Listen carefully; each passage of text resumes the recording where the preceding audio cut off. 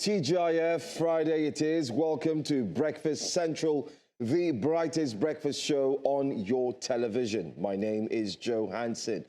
Ooh, it's been a roller coaster of, definitely fresh stories coming out from Osun State bit by bit. So it's like every single hour there's something new happening in Osun State. And you start to wonder, is this the national election? Or better still, is it an election that will not just be in Osun State, but will come out of Osun State and cross paths with other states, basically like 36 states in Nigeria? Well, it's just one state, so let's not start thinking. But on that note, I want to say welcome to Breakfast Central. This is where we bring to you the latest stories from news and current affairs, and we're not just bringing it to you, we are dissecting it. So if you love a space where they dissect and add a little bit of more in-depth analysis, this is where you should be. My name is, it's Joe Hansen once again. And I want to mention that one guy is here as well. Hopefully, he'll be able to tell us where he's going to, from Bangkok to...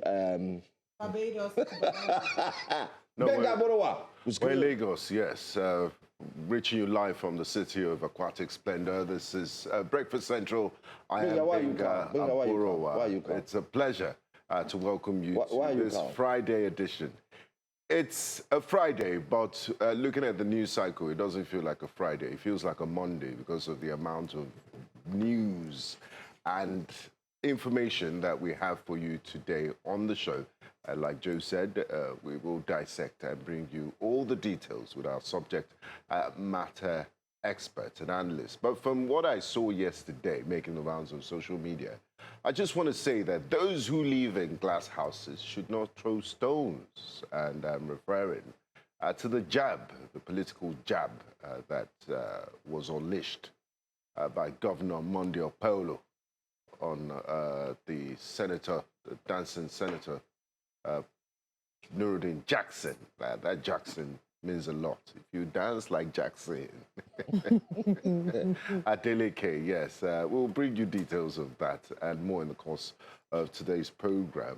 You're welcome. And sit back, relax, grab your tea, grab your egg roll, grab your meat pie, grab your bones, and watch Breakfast Central. A trial will convince you.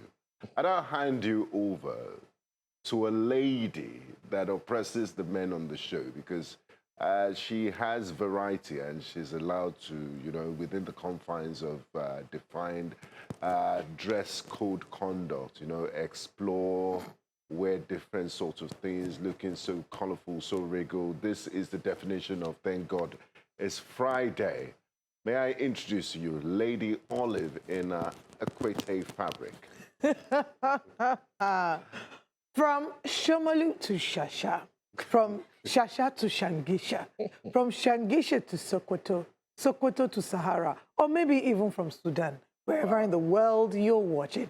You are welcome to Breakfast Central. My name is Olive Emodi. How did I do that? You did very well. You've successfully jacked my style. I'm expecting Joe to jack it on Monday as a Jackson.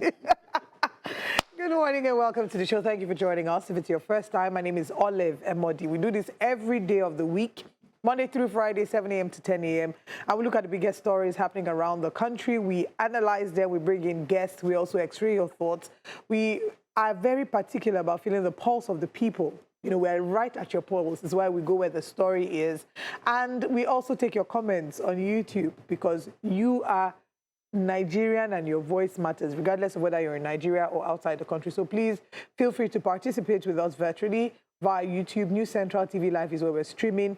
Or when we open the phone lines, please feel free to call. The numbers to call will be on your TV screen, even though we'll also have an analyst in the studio with us. Good morning, gentlemen. Good morning. Good morning.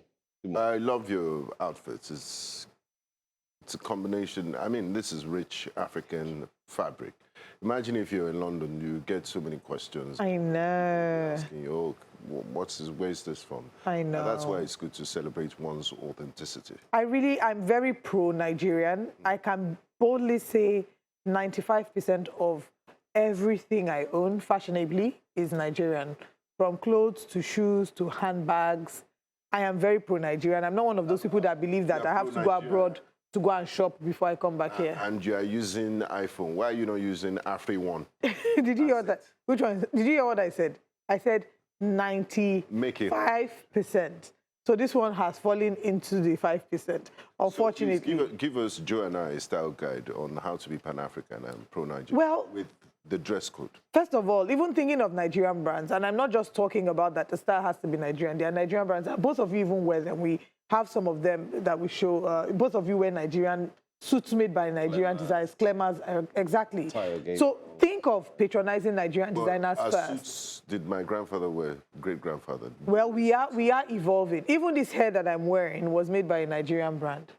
Exactly. So think of ways to say, okay, I can get this thing abroad, but we shouldn't be so sucked into the mentality of thinking it's inferior when you are buying from Nigeria. I'm one of the people, if management can allow us, the way I come from a lineage of hunters, the way they used to hang those mini calabash and beads, waist bead, that's the way I would love to dress. That would look good. Joe. That's good. That's very, very good. Joe is not with you. You're on your own. Yes. And in Joe's village in the olden days, they used to tie my leaf as rapper. Yes. Anyway, the summary of what I'm saying today is buy Nigerian, support Nigerian brands. Not every Nigerian brand on the internet is a fraud. There are good ones, and when you see good ones, as much as you criticize the bad ones, use that same energy to publicize good ones. Let's reduce the Nigerian doubt tax. Someone says Lady Olive. Yes. Of her name, bringer of joy and great gist to the viewers. Olive look like who go like aproko. You're right. Wow. Like aproko. Let's go straight into wake-up conversation. Let's go straight into aproko. Aproko? Yes, let's go. They say wake-up conversation. Thank you so much, Prince Ajibade. Wake-up conversation in the pidgin dialect is aproko talk. Aproko, yeah. Let's start the aproko. Let's start aproko talk right away. Well, President Bola Tinubu is in the news. I'm sure you heard. Well, the president has ordered the EFCC to urgently pack the bus, do a U-turn, return to court, and vacate the order freezing Osun State Government accounts, stressing that while the anti-graft agency acted within its statutory powers, the timing of the move barely days before the state's governorship election was inappropriate and deeply embarrassing to his administration. Tinubu explained that actions taken by federal institutions are often attributed to him. Why me? As president, even when he has no prior knowledge, and warned that such steps could create the impression of political interference in the electoral process. This morning. He reaffirmed his commitment to allowing law enforcement agencies to operate independently, but emphasized that nothing should be done to erode public confidence in the integrity and fairness of elections. Consequently, he directed the EFCC to discontinue all proceedings against the Osun State Government in this matter, insisting that strong democratic institutions must function within the law without undermining the credibility of Nigeria's democracy. Meanwhile, while the president was doing and saying all of that, as put out there by his special advisor, the man you see there on the screen, the Edo State Governor, His Excellency, Akpako Governor. Governor, where they enter Poto. Monday, Okpeblo. On Thursday, accused Governor Demola Adeleke of not attending meetings of Governors Forum in Abuja, saying the same way former Governor of Edo State, Obaseki, left, that's the same way Governor Adeleke will leave the scene. And he said the governor failed to carry on in his duties because, take for instance, whenever he was called to come to the Governors Forum, he will be dancing at the airport until he misses his flight. Akpako Governor. Akpako Governor. But let's listen to the Akpako Governor as he said so. Before somebody sign paper, he will dance. Are you not tired? For 4 years, this man has been dancing. before he take breakfast, before he drink tea, he will dance. I was asking my friend, I said, I can't even remember when I saw this man in our general meeting in Abuja. Before he even entered the plane, he will dance. Before he got there, we had closed. So he won't know what we are saying. He doesn't know the reality of today. If they bring money, chop that money from them, but don't vote for them. They said they have money to spend. Is that not so? Just collect the money, keep it in your pocket.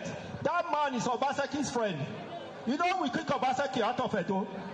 So we have to kick his friend out of this place too. Edo people chop Obasaki's money, but they never vote for him. But they kick him out. A governor that is not working, the best gift for him is to send him out of that state. If he's not working, what business does he have here? Does he have any business? Abojo! On the 15th, what are we doing? Are you not tired of dancing, governor?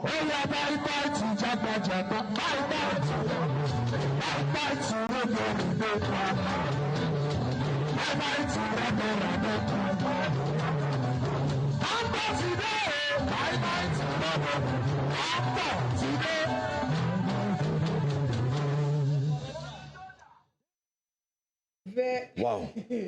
This is very bold and very rich of Governor Monday Okpebholo. Of all people, if there's any governor that is criticizing Governor Jackson Adeleke based on personality, he's not criticizing him based on the work that he has done or not done. He's criticizing him because he's saying he's dancing. The same way people can come out and say, but you don't know how to pronounce numbers. The other day you said you will give your state insecurity. Is that what we're doing now? Eh? Yes, now, is it not one that said, oh, he promised Okay. you bring insecurity to Edo State? Is that what we're doing now? Personality attack? Slip of tongue. It's a slip of tongue? Yes. Okay. I mean, I feel our politicians should conduct themselves in the... It's now gutter politics. He said before he drinks tea, he will dance. Olive, are you drinking tea? Have you danced? Without dancing. It's okay for Governor Jackson dance before you drink this tea. Is there any law against dancing? There's no law against that. Dancing while the question is he delivering? In the council chambers. Is he dancing in his office? So I can dance before I speak. Okay, let's go back to the beginning before we come to talk of Governor Wedi Enta Potopoto. At the beginning of the show, we started by talking about the president ordering the EFCC. And that was a bit of a concern because you would think that the president, I don't know if the president should have the oversight ability to order the EFCC on what to do, seeing as the EFCC should be deemed an independent institution, an independent law enforcement institution. And I worry that this may then give credence to those who argue about the involvement of the APC or the witch hunt by the government of the day. Because that was the argument that we had been hearing from those who were supporters of Governor Adeleke, saying that it looked more like a witch hunt. Even the governor himself said that it looks like there was an institutional manipulation that was being fostered against him. So if the president can call EFCC and mandate EFCC or direct EFCC to lift the freeze order that they put on a state's account, it begs the question, who does the EFCC take instructions from, right? Should the EFCC not know to do the right thing without the influence or the interference of presidential might? That is a cause for concern. You know what Mr. President has done now reminds me of that Ebenezer Obey song about the man, his child, and the donkey. Damned if you do, damned if you don't. So it was better, and that's why there are constitutional guardrails. For him not to interfere. Yesterday I said he should have spoken. And I doubled down on what I said. What I said was great. No. He should have spoken to say, I condemn any form of this, to show your stance. But giving the EFCC instruction to go and... No. Yeah, are you the head of EFCC? That's interference. But take your stance. Say, oh, look, I mean, I'm not in support of this. If there's any form of manipulation, and even if there are some things that you will not come and do openly safe. You will speak with your people and say, you people are making me look bad. I stand with the president this morning. Okay. Has decided to bite the bullet. I stand with him. And I stand because, let me read the line of one of the statements in the paragraph. He said, as president, I'm committed to allow institutions of states to function and take any action they consider necessary in the interest of proper governance without the need for prior approval. Indeed, that is why institutions are set up by law with clearly defined powers. While I am yet to be fully appraised of the facts which I inform the action of EFCC is approaching the courts to obtain the said order freezing the Osun State Government account, I am not in the slightest doubt that the timing of the action of EFCC is inauspicious, and therefore I feel compelled to intervene. Osun State is only a few days away from its gubernatorial election. Therefore, nothing ought to be done to give an impression. I think I'm in a musical mood this morning. I don't understand. That the EFCC or indeed presenter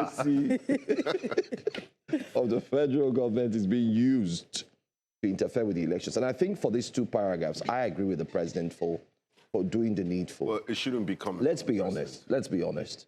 If you were on that seat where the president is sitting, wouldn't you do the same?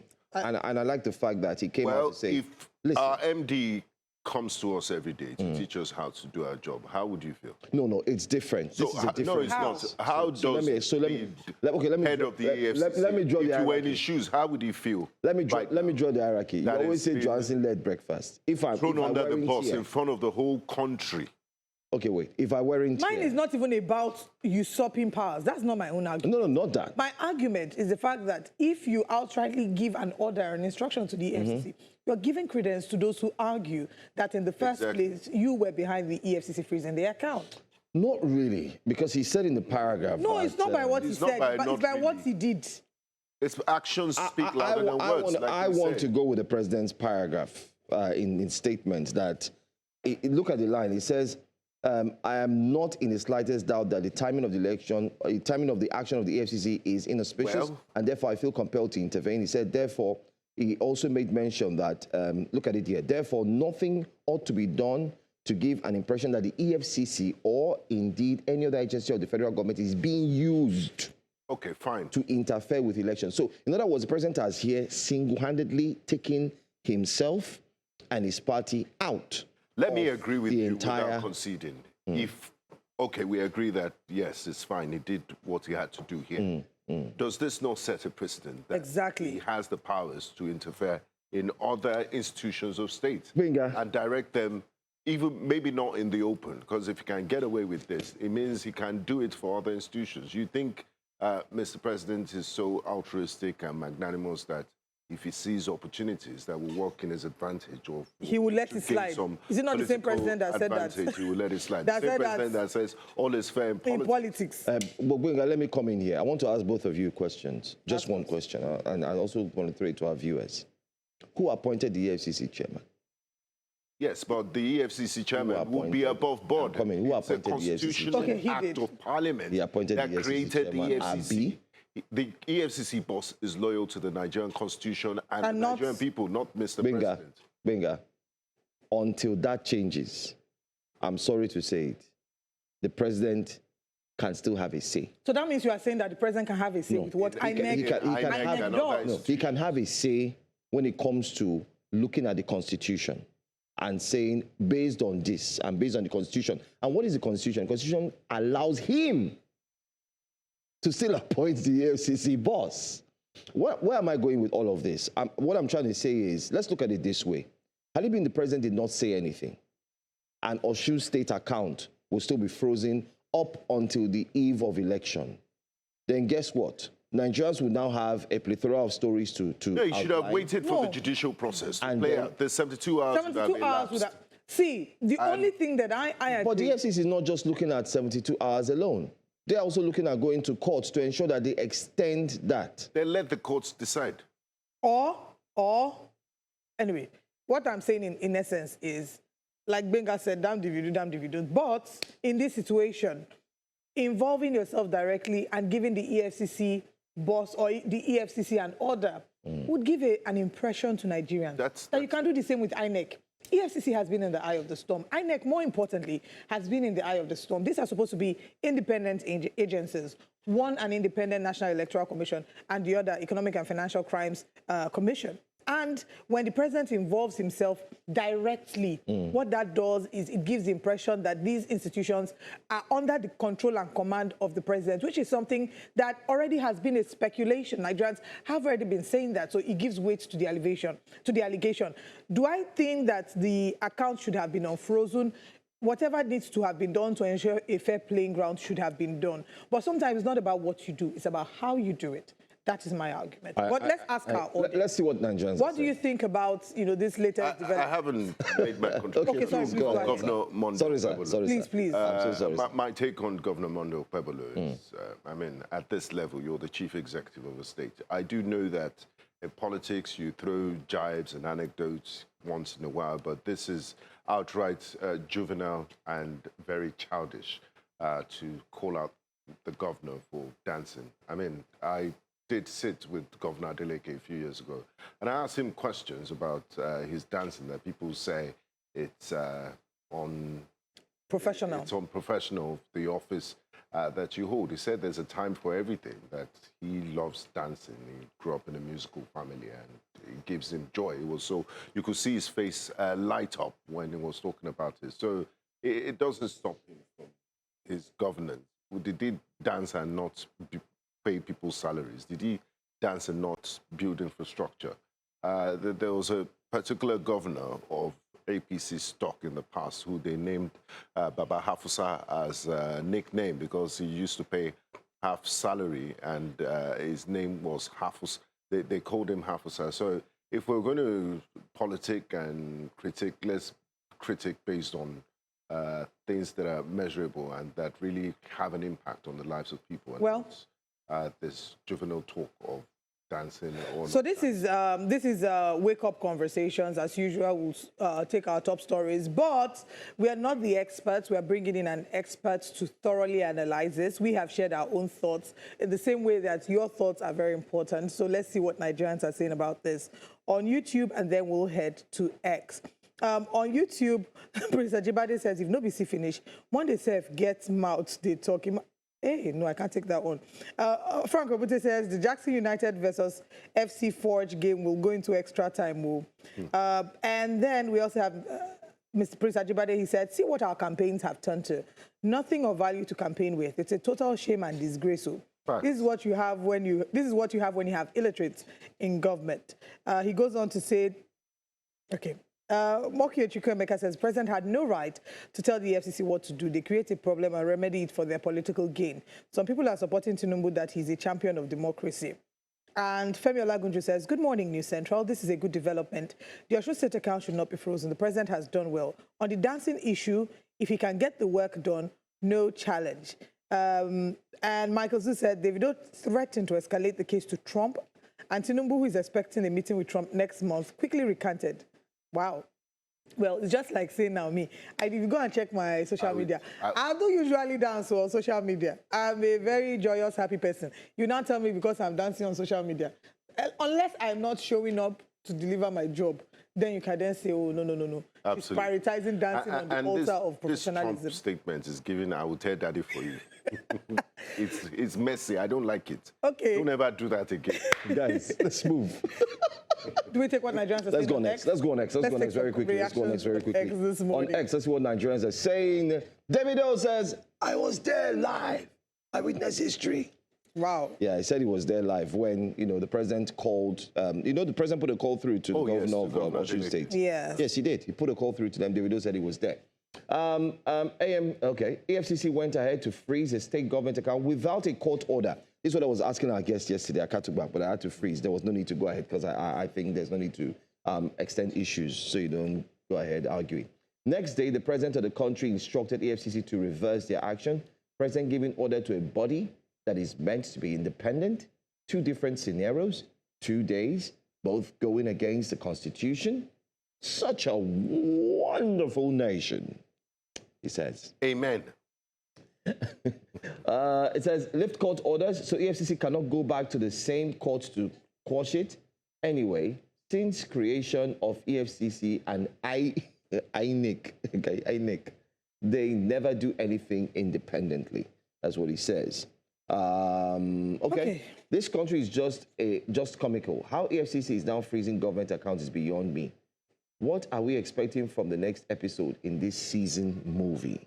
He says. Well, this one is competing with Peter and Paul and Jude Okoye on social media. Osun State elections versus the Okoye. So my goodness. The Okoye boys. That Okoye boys saga is really sad. Everest. At least this confirms that Tinubu is the one pulling the strings. Wow. Okay, that's all. So let us know what you think. Drop a comment or two on social media, particularly on YouTube. That's where we take our comments from. This is the only breakfast show that goes on YouTube and reads your comment live. We do that. Yeah, that's what we do, just to make sure that you're a part and parcel of the show. We value you. We appreciate you. That's right. And not just that, let us know what you think. This season that we're seeing between the Okoyes and the Osun State, we did say it. We don't know which one. But let's move on now. At least the Okoye is not... it's a family matter. It's a family matter. And it's unfortunate that... Osun State has to do with the lives of millions. And we voted Osun State in. We did not vote P-Square or Peter, Jude. Anything they do in their family is their family. It's their family. Voila. It's just really sad because we love them together. Even apart, we love them. And we hope that they can find a way to settle their differences without making it a national issue where everyone has an opinion. It's so All sad. I can say is... Okay. Let's share what our top stories are this morning on Breakfast Central. This morning on Breakfast Central, top stories. President Tinubu intervenes in EFCC versus Osun government role. We'll be bringing in our guests to thoroughly analyze this. APC chairman hails Tinubu's $1 trillion economy reform. And we'll also be looking at the PFIPC probe update. Reps uncover documents naming Tinubu as agency chairman. Still speaking about that, we'll be talking about how the ICPC recommends prosecution over fake DG. The newspaper front pages form a key part. Our guests will join us. We'll open the phone lines for you to call at that point, and we'll take your comments from YouTube as well. Stay with us.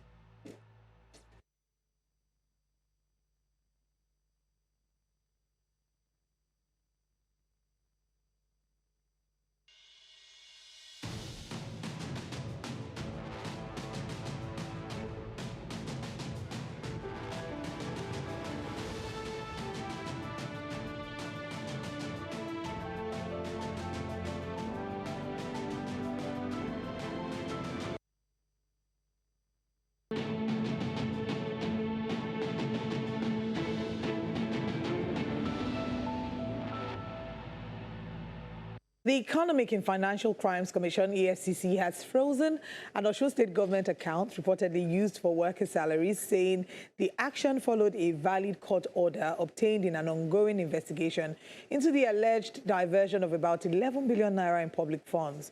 Coming just days before the governorship election, the move sparked criticism from the Osun government and opposition figures who have questioned its timing.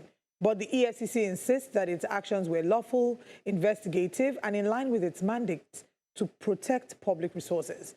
Amid the controversy, President Bola Tinubu has directed the EFCC to return to court to seek a variation of the freezing order, saying while he supports the agency's independence, the timing could create the perception of political interference and undermine confidence in the electoral process. The development has now shifted the conversation beyond Osun, raising broader questions about the balance between anti-corruption enforcement, judicial authority, and electoral integrity. Joining us now to examine the legal and constitutional implications is constitutional lawyer Evans Ufeli. Thanks for joining us this morning. Good morning. Thank you. Good morning. Good morning. Now, the EFCC says that it acted lawfully under a court order. And let's talk about the initial freeze that was put on the account. There's been the argument, some are quoting Section 7 sub 6 of the Money Laundering Prevention and Prohibition of the Act that allows a temporary freeze for 72 hours. There are others who say that does not extend to the government accounts. The accounts used to run day-to-day governance. Please, which is the correct position? Well, the law say any account. The law didn't specify the kind of account that law is applicable to. It says any account, okay. It could be state government account, it could be federal account, it could be whatsoever account. Okay, the reason for that law is to give EFCC an edge to use same for investigation, for the purpose of investigation. The law, the intentment of that law is not for it to be abused, okay, or be used carelessly or recklessly, just like the EFCC displayed in the case under reference. It's just to give the anti-graft agency some edge in terms of investigation so that it is able to act and prevent the rest before it applies outrightly for a court order. Because to get a court order takes time. Okay, that's the essence. And then it should not be overstretched. It should not become a ground for executive recklessness or abuse. Okay, so in this case, from your perspective or from your analysis, can this be considered abused? Can this, because that's what the governor is saying, is accusing the EFCC of being used to politically bully them and saying that this, there's a recklessness that was applied to this? Well, that's what the state governor, put forth there, and that is their argument. But the EFCC have said that this particular investigation started in May, either May or March or thereabouts, which is the EFCC's own position. But when you look at both ends, you will notice that the anti-graft agency actually acted ultra-wise, acted in ways that showed that they are either politically motivated or being influenced, or they were trying to do their job, applying abuse to sin to look like they are working for the incumbent government. That is how it looks like. That is what the optics look like. Okay? And that is what a lot of people are talking about. Because when the EFCC were asked for that question as to, has this been applied to other states, they couldn't really give a good answer. Okay. Is this their operation? Okay. Is this supposed to be done as under the timing, this time when the state is going for an election and all that? Those questions were put forth to the EFCC publicity, as the publicity secretary or thereabouts. But the answers given were not cogent. They were not really logical. So in a sense, it looked like the public outcry that this was concocted basically because of the governor who is in opposition, that possibly that is why the EFCC acted in the way it did, because this is not spread to other states. You talk about activity in an account or on an account, okay, and then you are not able to substantiate really what was the activity you are referring to, and how does the operation of the state account, how did it become suspicious? Because the truth is that even if politicians, are acting in ways that are suspicious, the action of the anti-graft agency must not be such that will affect the smooth running of the state. Okay, that will thereafter affect the citizens, because the state is a sub-sovereign. It's like an appendage of the federation. Okay, so it has to run. It has to be, activities must go on. And anyone that attempts to, in a bid to get at a politician, get at the citizens, yes, would have breached the law itself or abused the power of that office. Okay, so what I think they have done is quite actually really not good enough, because in the long run, this may set a precedent that will affect. Their argument is that the what do you call it? The investigation started a long time ago. Okay, but the question they should answer is, why carry out that fiscal action when you know election is coming? Because in a way, if you look at our laws, anyone or institution that tries to take over, disrupt, okay, either this country or a part of it thereof, is treasonable. That's what they are not looking at, because what they are trying to do is to disrupt that election, okay, by that action. And that is why that intervention came in handy. Okay. We've looked at how the intervention came in. You've also highlighted the need for proof on why the EFCC had to carry out that action. I think for me, permit me to just quickly speed down the ladder and look at where we are today. 24 hours back, the president calls and then president directs the EFCC to go back to court and rescind on that decision. Looking at it from a perspective with the bird's eye view, I mean, using the law, what does that mean? How does that impact on the EFCC's earlier decision, hearing from the president? Well, ordinarily on paper, the EFCC is independent. It's supposed to be independent on the basis of law. Its actions and operations are not supposed to be influenced by the president or the presidency. Okay?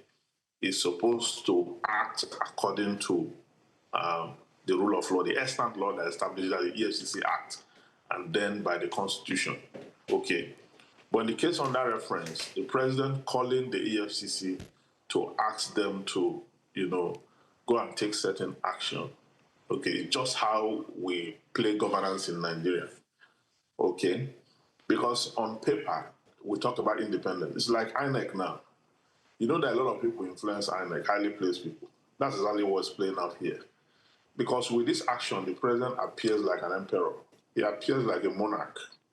Okay, which in the days of yore, the words of the monarch is the law. That's exactly what has happened here under a democratic dispensation.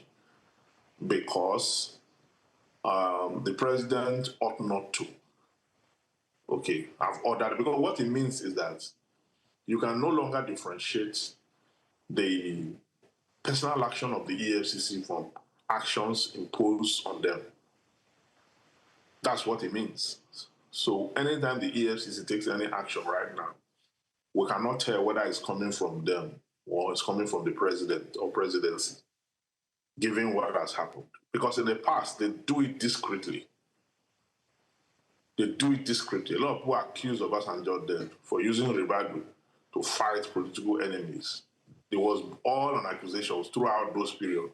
Nobody could substantiate because Obasanjo didn't write letter or throw out evidence there to say, okay, yes, we the executive, we are the one controlling them and all that. But in the case on that reference, even though the president's intention might be to quell a looming storm, but in doing that, it has also opened a new vista for conversation. And that vista has made it look like the president can act, call the EFCC and tell them what to do. Okay. So this has put to rest the suspicion that EFCC is being influenced or EFCC act based on the impulse of the president or the leadership of the country as against being independent and then fighting economic and financial crime without fear or favor. But Mr. Ufeli, what would you have recommended the president do? What would you recommend that the president do in times like this? Keep quiet, or would you rather say let the court proceedings take effect? Remember, we have 8 days to the all-important Aguba polls. It's taken a long time to plan. So what would have been your recommendation? What I think the president ought to have done was when the public cry got so intense and people were calling, people were making statements to say that the president is the one using the EFCC, to fight political opponents in order to take over that state, politically. When that cry came out, the president would have issued a statement to extricate himself from the action of the EFCC. Okay? Yes, he would have extricated himself from the action of the EFCC. And then the EFCC would have gotten the message. Yes, they would have gotten the message. Okay? Or whatsoever. I don't want to say that the president ought to have done it discreetly. I don't want to say that because whichever way, a controlling an anti-graft agency is not the rule of law. It's not the rule of law. Okay? But you know that when the optics are such that things are working in the manner it did, there's a need for the president to speak to the public on the issue. Okay? But speaking to the public would have been the right thing to do, as against outrightly calling on the EFCC to act. If the president had called on the DSS, okay, there wouldn't have been any issue, because we know the extant law of the DSS is to provide security for the president or the presidency or for VIPs or politically exposed persons. So calling them to an action wouldn't have been out of place. Okay?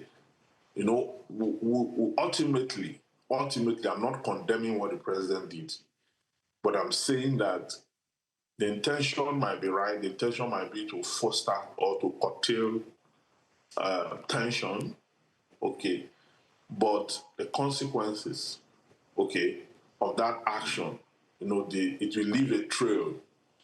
And if we zero in on that trail, okay, it will be that it has opened a clear new conversation as to who is in charge of the EFCC. Is it the man that sits there in the EFCC building that's in charge, or the president or the presidency? Who exactly is in charge? That is what the president action, that's the question the president action has opened. And the answer to that is that the person who sits there as the EFCC chairman isn't actually the chairman or chairperson, from what has happened so far. And so if you interrogate it from that angle, then you will be caused with the action. Absolutely. Okay. But there are other schools of thought who say that the president did the right thing to have called the institution. That what he did was to call the institution to order. Okay. But then you need to know that that institution is actually independent and cannot be called to order in that manner. Okay. The right institution that could have called the EFCC to order is the court.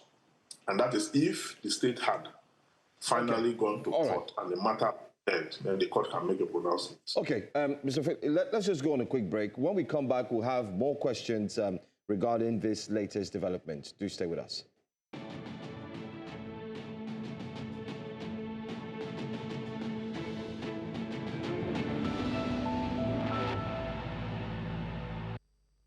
Welcome back. We're still looking at the Osun State elections, build up 8 days to go, and a recent statement made by Mr. President, the President of the Federal Republic of Nigeria, directing the EFCC to look inwards and talking about why it is wrong concerning the timing of the elections. Our guest is a barrister who joins us. Thank you so much for staying here, Barrister Felix Ufeli. Before the break, we're looking at some of the major conversations surrounding the decision, how it could have been done and how you thought it should have actually been done by the president. I mean, spot-on analysis, whether you like it or not. But, Binga, I'm sure Binga has more questions regarding this. Mr. Ufeli, from what you've said and your analysis this morning, it just we've opened Pandora's box with the president's action. And many are wondering if it does set a dangerous precedent of interference in government agencies that should be typically independent, going by the Act of Parliament that set them up. Are these fears, are they healthy fears, or people are just panicking when they say, you know, if Mr. President can intervene in this EFCC matter, what's stopping him from intervening in INEC and other government agencies that are supposed to be independent? Well, you know, in this country, so many times when we are confronted with situations, you know, politicians have a way of setting the law aside to do whatever they want to do. That's why you see they will tell you go to court. Okay, anytime a politician is telling you go to court, he has set the law aside to do whatever he wants to do. Okay, so the fears are genuine, okay, that institutions should be made to be independent. We need strong institutions, as someone has said in the past. Okay, because what the president did now is a demonstration of a strong entity, a strong person, as against a strong institution. Okay, and that is what... Sorry to interrupt you here, Mr. Ufeli. can we have strong institutions if the president is the one making the appointment of the chairperson of these institutions? If it were otherwise, if it wasn't the president making the appointments, would that make them stronger in a sense? Even where the president makes the appointments, okay, you can still have a strong institution if the leaders of those institutions actually know the essence of that institution, or they know the purpose of the institution. Okay, in the United States, where we borrow this democracy from, the president make some of these appointments. Okay, even though there are certain institutions that emerge through other means, either their leaders emerge through seniority or through ranking and all that. But you see how they go against the president's decision when it's not right. You know, even governors of states, okay, and all that. You see how, because the country has to come first. This president will come and go, the country will remain. So if we need to build strong institutions, even if you are appointed by the president, okay, if the president asks you to do something, you could refer the president to the extant law. Okay, I know that will mean automatic sack under our dispensation, okay, because how dare you question the president? Yes, okay, because we claim that we are practicing democracy. We are not practicing. What we're actually practicing is, a monarchy. Our governors are regional monarchies, and the president is the central monarch. That is what we are practicing. Because democracy is not really soaked in our system. It's still very alien to us, okay? And that is why we cannot put the country first. Okay, we have to consider so many options, even in the presence of our law, even when the laws are clear enough. Okay, we still set the laws aside and do the wrong thing. But you see, this country cannot grow if we don't adopt strong institutions, okay, that will look at the letters of the law and follow them to their final conclusion. If we rely on this thing that's going on, it will be difficult for us to, look at INEC, for example. You see the accusation that came on INEC when,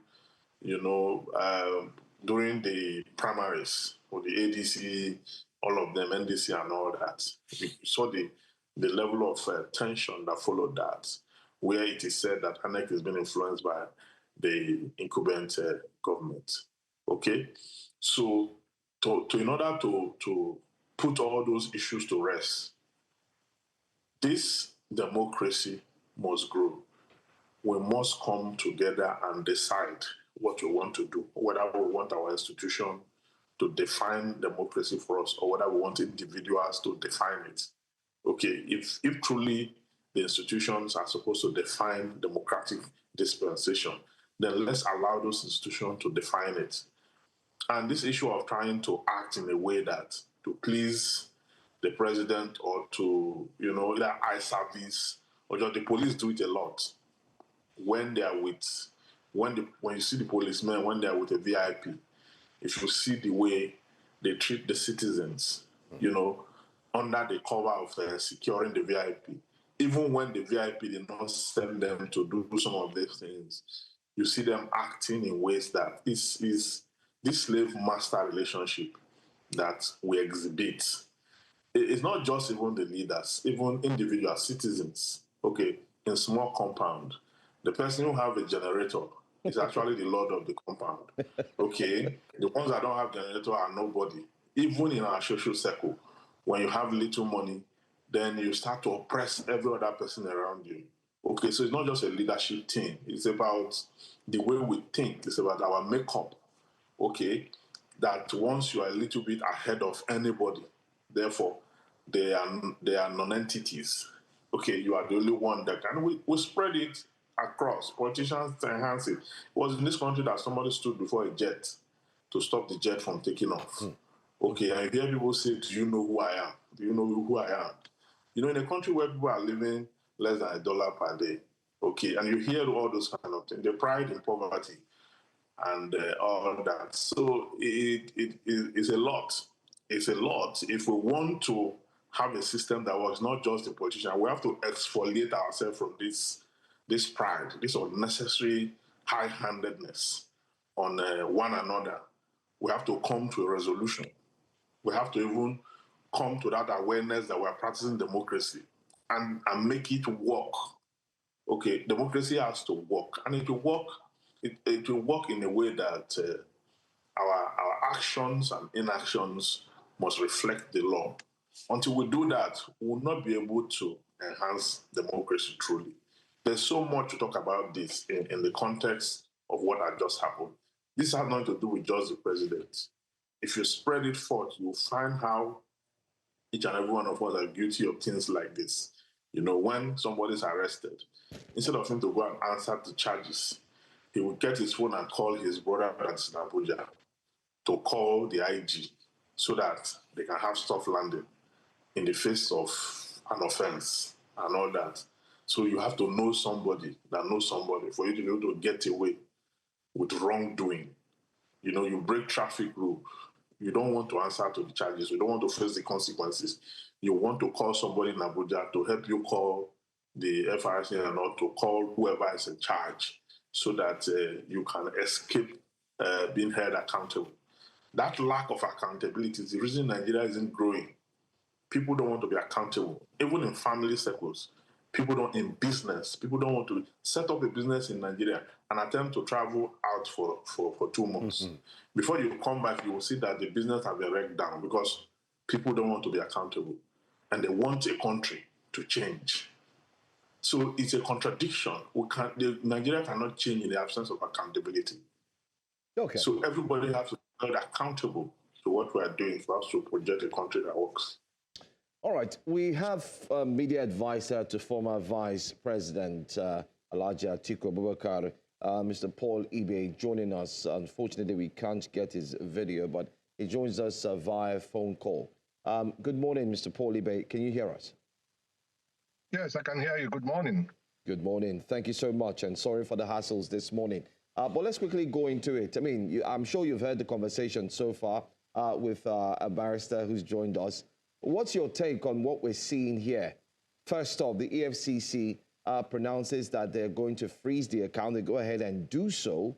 And just a few hours ago, the president speaks and says it's undemocratic. Isn't it the right thing and the wisest thing that the president has done? There's nothing wise about the action of the president. Recall that last week, the president met with the Bishops' Conference of Nigeria, and following that meeting, revelations were made by Archbishop Onaikon, that the president said that all is fair in politics. All cannot be fair in politics in an election that will be conducted by INEC, but under the dispensation of President Bola Tinubu. What we have seen, or what we saw with the Osun State situation, is the manifestation of all is fair, because Onaikon did indicate that the conclusion that they arrived following that meeting was that President Bola Tinubu was prepared to win at all costs. And that's what that's what underpins this shameless action of the president in Osun State. The EFCC said it has a court order to carry out its action. So a presidential directive is overriding a court order. What message does that send to you? It shows clearly, that this president is a lawless person. He does not follow, he doesn't abide by law and due process. He should not have. I mean, he says he's embarrassed, by what happened. But we are, as Nigerians, we are very embarrassed, by the fact that, this president, keeps, advancing his interest, keeps doing things, keeps using the institution of states for political end. Clearly, I mean, it is so embarrassing that on the eve of an election in Osun State, the account of the state government, is been frozen. I mean, why? The states are free. We are running a federation. The states are supposed to be free to run their affairs. Here in the Federal Capital Territory, billions of money are being paid for projects. Has anybody taken a look at that? In Lagos and elsewhere. I mean, this is clearly, part of the strategy of this presidency, of this president and the APC-led administration to weaken. They are weaponizing, all of these things, and it's so shameful and so embarrassing. And so there is no justification for, first of all, the action of the EFCC to freeze the accounts of Osun State on the eve of the election. Ekiti State had its own elections recently. Nobody froze the accounts of the Ekiti State government merely because Ekiti State is an APC, is an APC state. I mean, that is exactly what this is all about.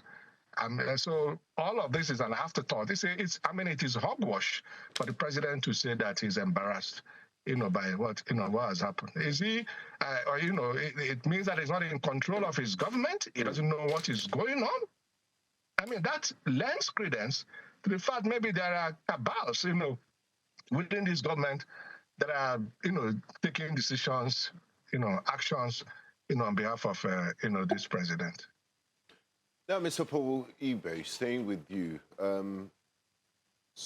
I haven't listened to your analysis. What guardrails exist to prevent this sort of actions from happening and overreach from institutions without needing Mr. President to call them to order? And what sort of dangers are we looking at if this sort of precedent is set?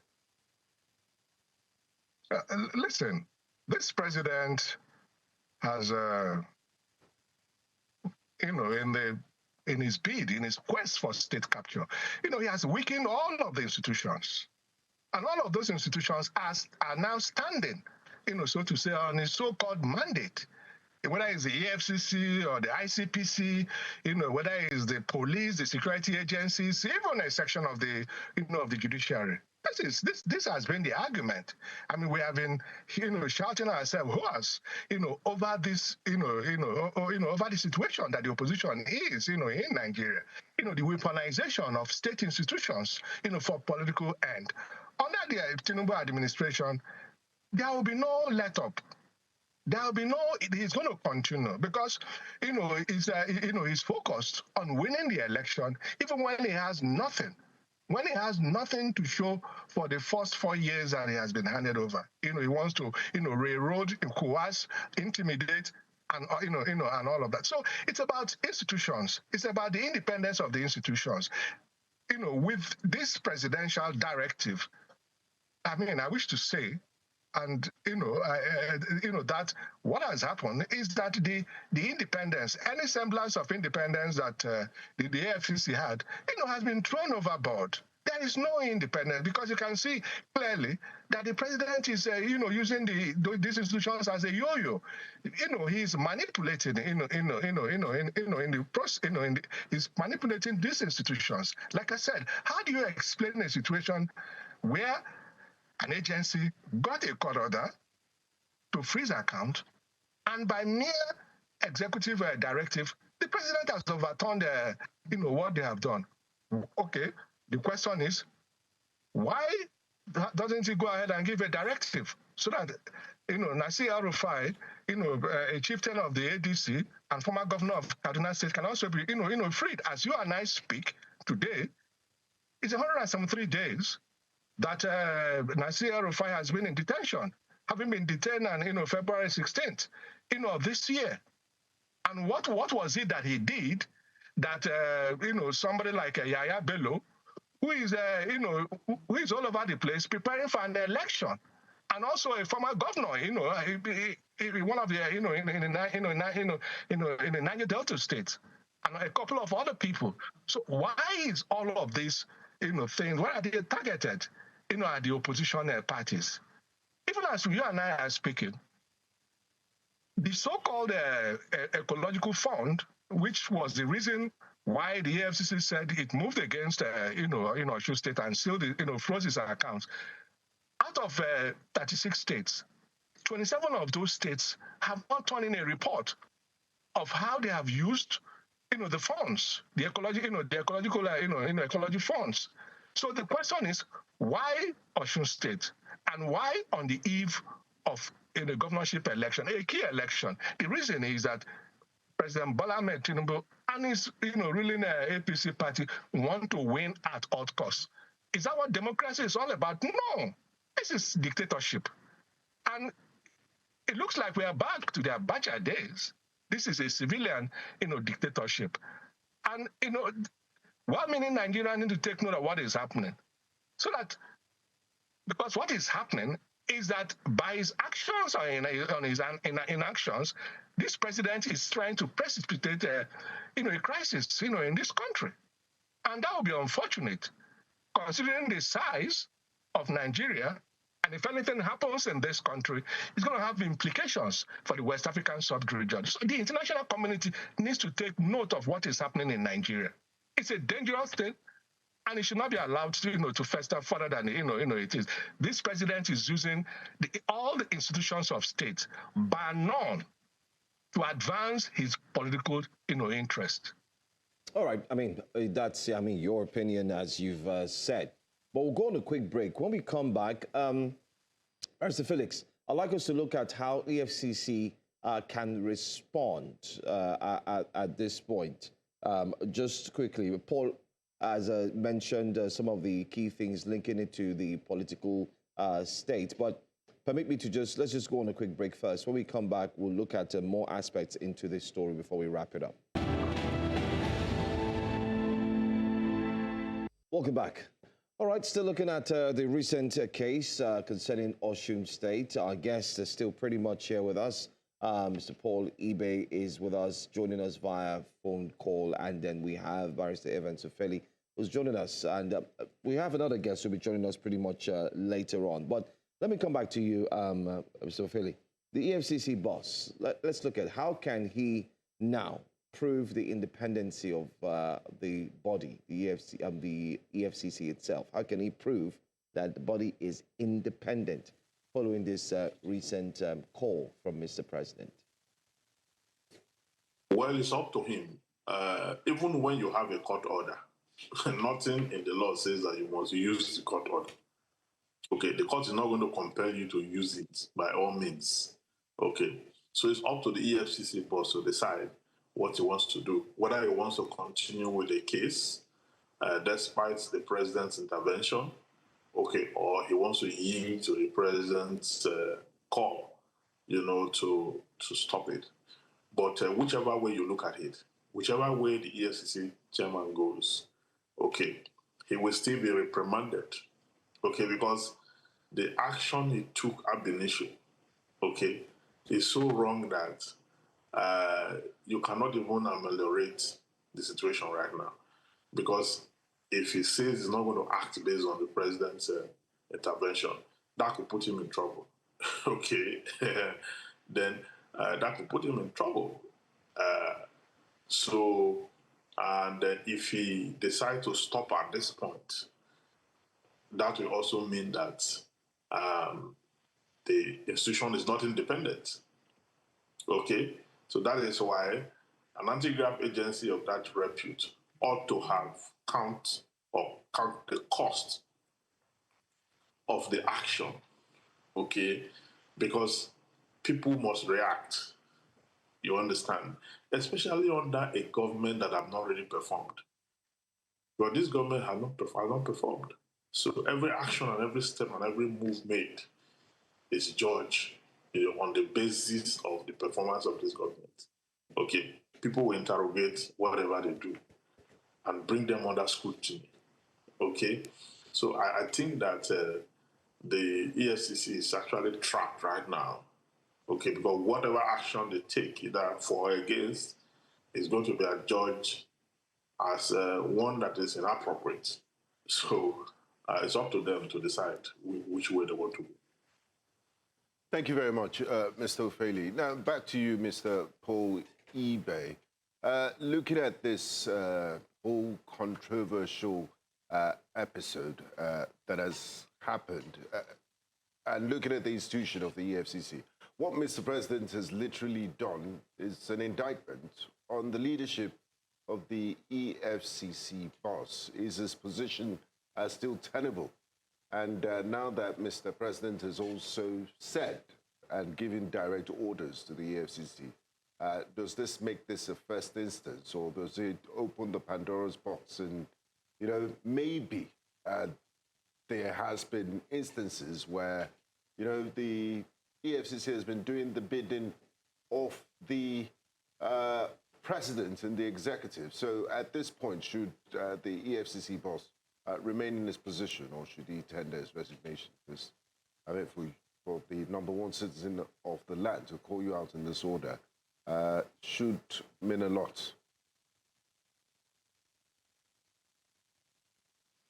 If the president says that that he was unaware of the situation in Osun, well, what that suggests to me is that the EFCC, and its chairman are taking a cue, from the president, because every action, nearly all of the actions of this president has been predicated on politics.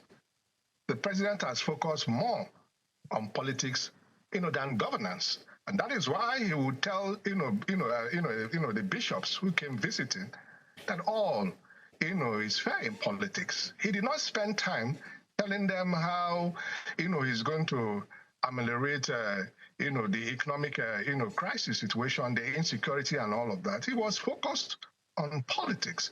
And so I'm tempted, conclude that the chairman of the EFCC and his, agency were simply taking a cue, from this president.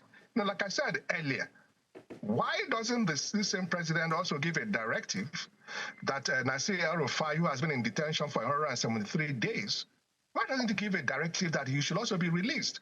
Because the question is, what is it that he has done that that leaders, of the ruling party, who are junketing all of the place, who are free to contest election, what is it that they have done? You can see clearly that there is no level playing field. It's all about politics, for this president. He has succeeded in destroying, this institution.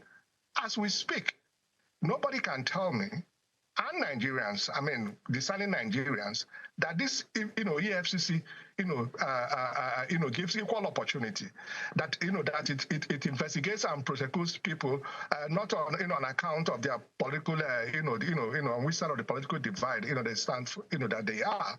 It is clearly targeted at the opposition. There is no mistake about it. The president is simply trying, by his action, he's trying to change the narrative. He's trying to change the narrative so that it appears that, he listens, okay, he's democratic. This president is not in any way a Democrat.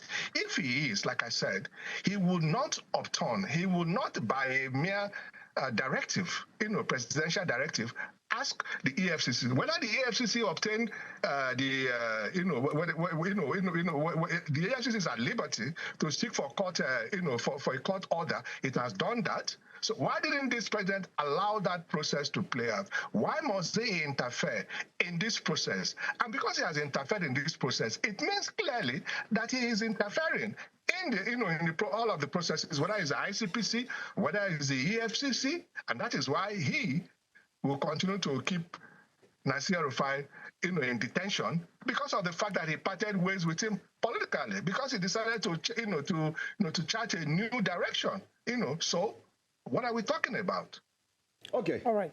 Let's take the conversation a slightly different direction. In the interest of fairness, we do have an APC chieftain who's joining us as well via phone call. We have Mr. Akim Akintayo, who's a party chieftain with the APC. He's also a public affairs analyst. Thank you very much for joining us, Mr. Akintayo. Your party has been in the eye of the storm. Your party has been accused of intimidating the Accord Party. Governor Adeleke has argued that the APC, rather, is behind a lot of their woes, and some members of his party have also accused the president. How do you respond to the accusations leveled against the APC in terms of it being certain stumbling blocks for the Accord Party in Osun State? Good morning, everyone, and thank you for having me.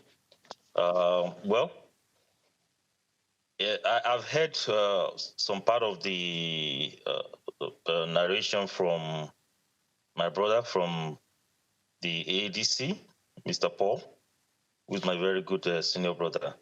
Well, I for one, I believe this orchestration or this political drama that is going on in Osun State, as per the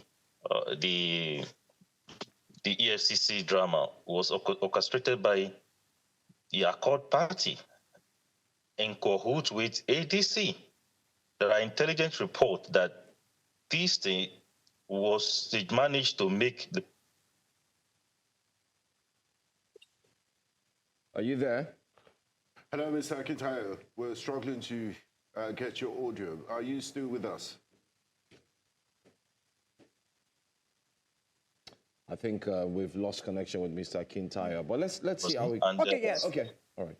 Mr. Akintayo, we lost connection with you for a bit. If you can please pick up. The last thing we heard you say was this was stage managed. If you can pick up from there, we'd appreciate that.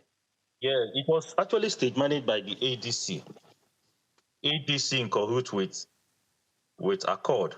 And how? In order to paint APC, yes. How? Can you tell My us brother, how? we're all in politics. We're all in politics. We know all these things. I mean, we know all these making things. the allegations, so the onus of proof is on you. That's why we are asking, how did they state manage it? The same way they allege that the president is involved or he interfered in the process of detaining or interrogation of El-Rufai, as well as blocking the state allocation of Osun. These were allegations made by ADC and Accord. And I'm telling you from another intelligence report that this brouhaha was stage managed in order to demarcate APC. Yes, they may be in cahoots with some people who claim to be APC, but they are not APC, because APC will not want to jeopardize our victory. Yes, this action, maybe by EFCC, might have give or will give the Accord some sort of sympathy. Yes, but I can tell you, if you are a true APC person, APC will not, because we know the gravity of the election that is coming forth, and we are focused on winning the election. So there are people who we want to partner with people within the system to demarcate APC, and that's what Accord and ADC. That's why you see my brother, Mr. Paul, is gloating on national TV to tell the Nigerians falsely that APC or the president orchestrated this or manipulated this in order to scuttle the system or scuttle the election. It is not. Mr. Akintayo, another criticism leveled against the president regarding this case is the fact that he asked the EFCC to lift up the freeze on the accounts of the Osun State Government. And many have termed this intermeddling with what is meant to be an independent agency, saying that if the president could have asked them to unfreeze, that means or gives credence to the argument that the president was involved and asked the account to be freezed in the first place. How do you respond to this? I've even answered the question before you even asked. The point is the president, who we know is a true Democrat, he went through the process of through democratic process to become a governor, and now the president, without harassing or jeopardizing the system that brought him to power. He will not, as president of the country, want to intimidate the opposition from participating in a transparent process. He will not. And he said it even when the bishops came around to visit him. I said, look, he will not help the opposition. And when you talk about interference, the president saw it statemently. He did a statemently action by making sure to direct EFCC to undo the process, because it is anti-democratic to block a state account. What about even the majority of Osun people that will suffer because of that action? He's been a statesman. If he's a dictator or somebody that wants to manipulate the process to favor his party, he wouldn't have said anything. So in terms of interference, I don't think the president is interfering. The president is guiding the EFCC to do the right thing. Okay, which is don't interfere in democratic process, ongoing process that will bring that is just about to conduct an election in coming days. So the president is actually not interfering. The president is making sure everybody competes in a fair and transparent democratic process. Okay, Mr. Akintayo, thank you. Let me go back to Paul Ibe if he wants to respond to your statement before we go to Mr. Ufeli. You know, every day, every morning, you think that you've had the worst. I mean, under this Tinubu administration, the Accord Party in cahoots with the EFCC. I mean, that is fantabulous. You know, I've been very restrained about calling for either the resignation or the sack of the EFCC, because, I mean, if it is confirmed that the EFCC chairman and his agency, they are in cahoots, with the Accord Party. I mean, the EFCC, chairman is an appointee of the president. So the question is, why wouldn't the president sack him? Why shouldn't the president sack the EFCC chairman? I mean, what my brother is saying is hogwash. I mean, there's no foundation, to it. The truth of the matter is that this president has been interfering in processes, continues to interfere, and the EFCC is just a manifestation. Of course, it is because of the timing of it on the eve of the Osun State election that this president, is clearly trying to win at all costs. We have been told about that. I mean, before the freezing of the account. The signal came when he met with, the bishops, like I said, and he told them all that all is fair, in politics, with meaning that he is prepared to win at all costs. And I recall what, former governor of Rivers State and the vice presidential candidate of the ADC asked on an interview on one of the TV networks, and he said if all is fair in politics, it means that they can go to a polling unit and shoot somebody. And there should be no consequences for that, since all, by the summation of the president, is fair, in politics. I think we should stop trying to, spin, all of this, this thing. That also brings me to the other issue, of the release of the so-called report of the ICPC over the Baja Gate. That's the timing also. It was done yesterday to deflect on on two things. One, the bishop, the meeting with the bishop got out of hand, and the president deployed all of his aides to go about, abusing and insulting, men of conscience, people who have over the decades continue to be the conscience of this nation.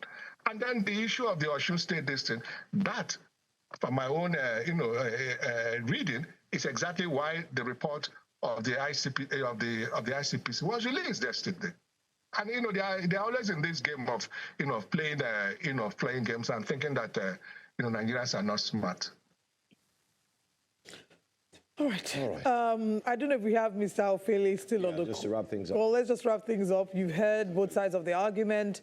Mr. Akintayo has said that the ADC is in cahoot with the Accord Party to make the APC look bad. You've heard Mr. Ibe's response. Let's get your final thoughts on this. Can I say something, please, before you go? Okay, as quickly, Mr. Akintayo, because we recall that you have to be. Yeah, just okay. First of all, look at the man that was claimed to be a fake DG of a fake agency. If you look at his background, this man was once a time allegedly to have worked for Accord Party. He was a special advisor to the governor of Osun State. This guy rigmarolled himself and find himself within Abuja and corridors of power to be claiming what he is not. That's to show that ADC and the opposition will always look for a way to infiltrate the system in order to embarrass the government. But that's a different conversation. But however, the embattled DG of the PFIPC, that's a different conversation entirely. If we say he was a member of the Accord Party, last time we checked as journalists, we also need to put pen to paper and also make corrections immediately. Accord Party is different from the ADC. Accord Party is different from the opposition. NDC. They are all opposition. Yeah, but they work hand in hand. Before the Osun State Governor moved to Accord Party, he was in PDP. He never knew the man. The man was in Accord. So I hope, I'm just trying to make sure that we're not trying to move away from the point in focus. I'm just telling you my own background check on how the opposition operates. What happened in Osun State, the freezing of account was orchestrated by the opposition in order to make the president look as if it's intimidating the opposition to give advantage to APC. That's like my final take. Is the EFCC boss a member of the Accord Party? Is he answerable to? I just want to ask. You see, the point is that they can go to any court to go either to procure a judgment, just like the fake DG did. No, you've not answered my question. Is the EFCC boss? No. Sorry to buzz. I'm so sorry. Because we are running out of time. Just 1 minute, sir. 1 minute, sir. Just like the fake DG went around, procured an appointment, and later on it backfired. It's the same way opposition is looking for because they are saying that we are having a momentum. Mr. Both at Osun State, in Osun State, and at the federal, in the run-up to the general election, they know that we don't have opposition. They know we are coasting home to victory. So they will do all kinds of things because they have to team up together. They have to find a way to manufacture all kinds of tricks to make us look bad. Well, we are not. We are focused, and by the grace of God, we win the election. I'm sorry we're out of time, but what you are saying now, except you say that the EFCC boss is partisan, is a politician, and he belongs to a political party. Because I don't see Somebody can procure a judgment and give it to him, give the EFCC to comply. They do it. They do it. Sorry, opposition knows what they are doing. I'm sorry, we're out of time. Mr. Ufeli, please go ahead. I mean, we don't want to go down this lane, please. Mr. Ufeli. What the APC man is saying in this show is quite improbable. With due respect to him, the Accord Party wouldn't have employed the services of the EFCC to carry out what is going on. That cannot be true. So I think we should be very clear and careful with our expression, because he has indicted the EFCC right here, okay, that the EFCC is working for the Accord Party. That's exactly what he's saying by implication. And that couldn't have been true, okay? Whatever action have been taken by the EFCC, it's only them that can state who is influencing them or whether they are acting on their own volition. And so this matter has to be properly discussed and dealt with. Thank you so much, and I wish we do have the time to do so. Mr. Paul Ibe, thank you for your time. Unfortunately, we're out of time, and apologies for the hassles. We look forward to have you join us again. Thank you very much, Mr. Akintayo, Akim Akintayo, for joining us this morning as well. And thank you so much, Mr. Ufeli. Thank you. God bless you. Very interesting conversation. All right.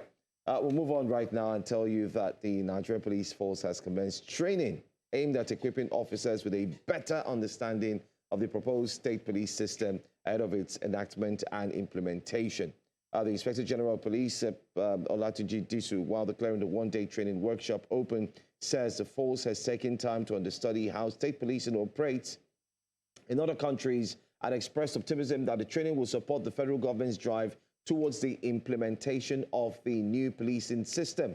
Disu says that the training will be cascaded ahead of presidential assent and subsequent implementation by states. We have gone through a lot of stages, starting from setting up a committee to the stage we have gotten today. Constitutional amendment, and now framework. How is it going to work? But the most important thing is we are leading hundreds of officers who must be told about the state police, who must be educated about the state police, to alleviate their fears, because there are fears everywhere, and it's our duty to educate them and let them know what the state police is all about. The federal government of Nigeria have made up their mind to have the state police, and it is our duty to assist them to achieve it. Training for the Nigerian Police Force and men of the police force. There you had it, one-day training, even though many would agree that it should be more than 1 day. But they say it starts with one step. So let's see how far it goes. We'll go on a quick break. When we come back, we'll bring to you more stories here on Breakfast Central as we ease through the Friday's edition of the program. Make sure you keep dropping your comments on YouTube as we're streaming live. Stay with us. We'll be right back in a moment.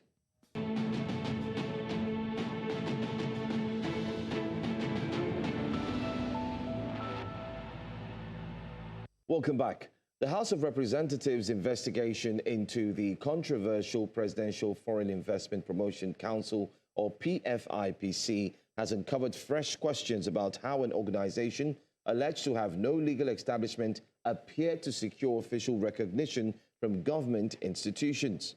During the latest hearing, lawmakers revealed a purported mandate submitted to the Federal Road Safety Corps in support of an application for official government number plates.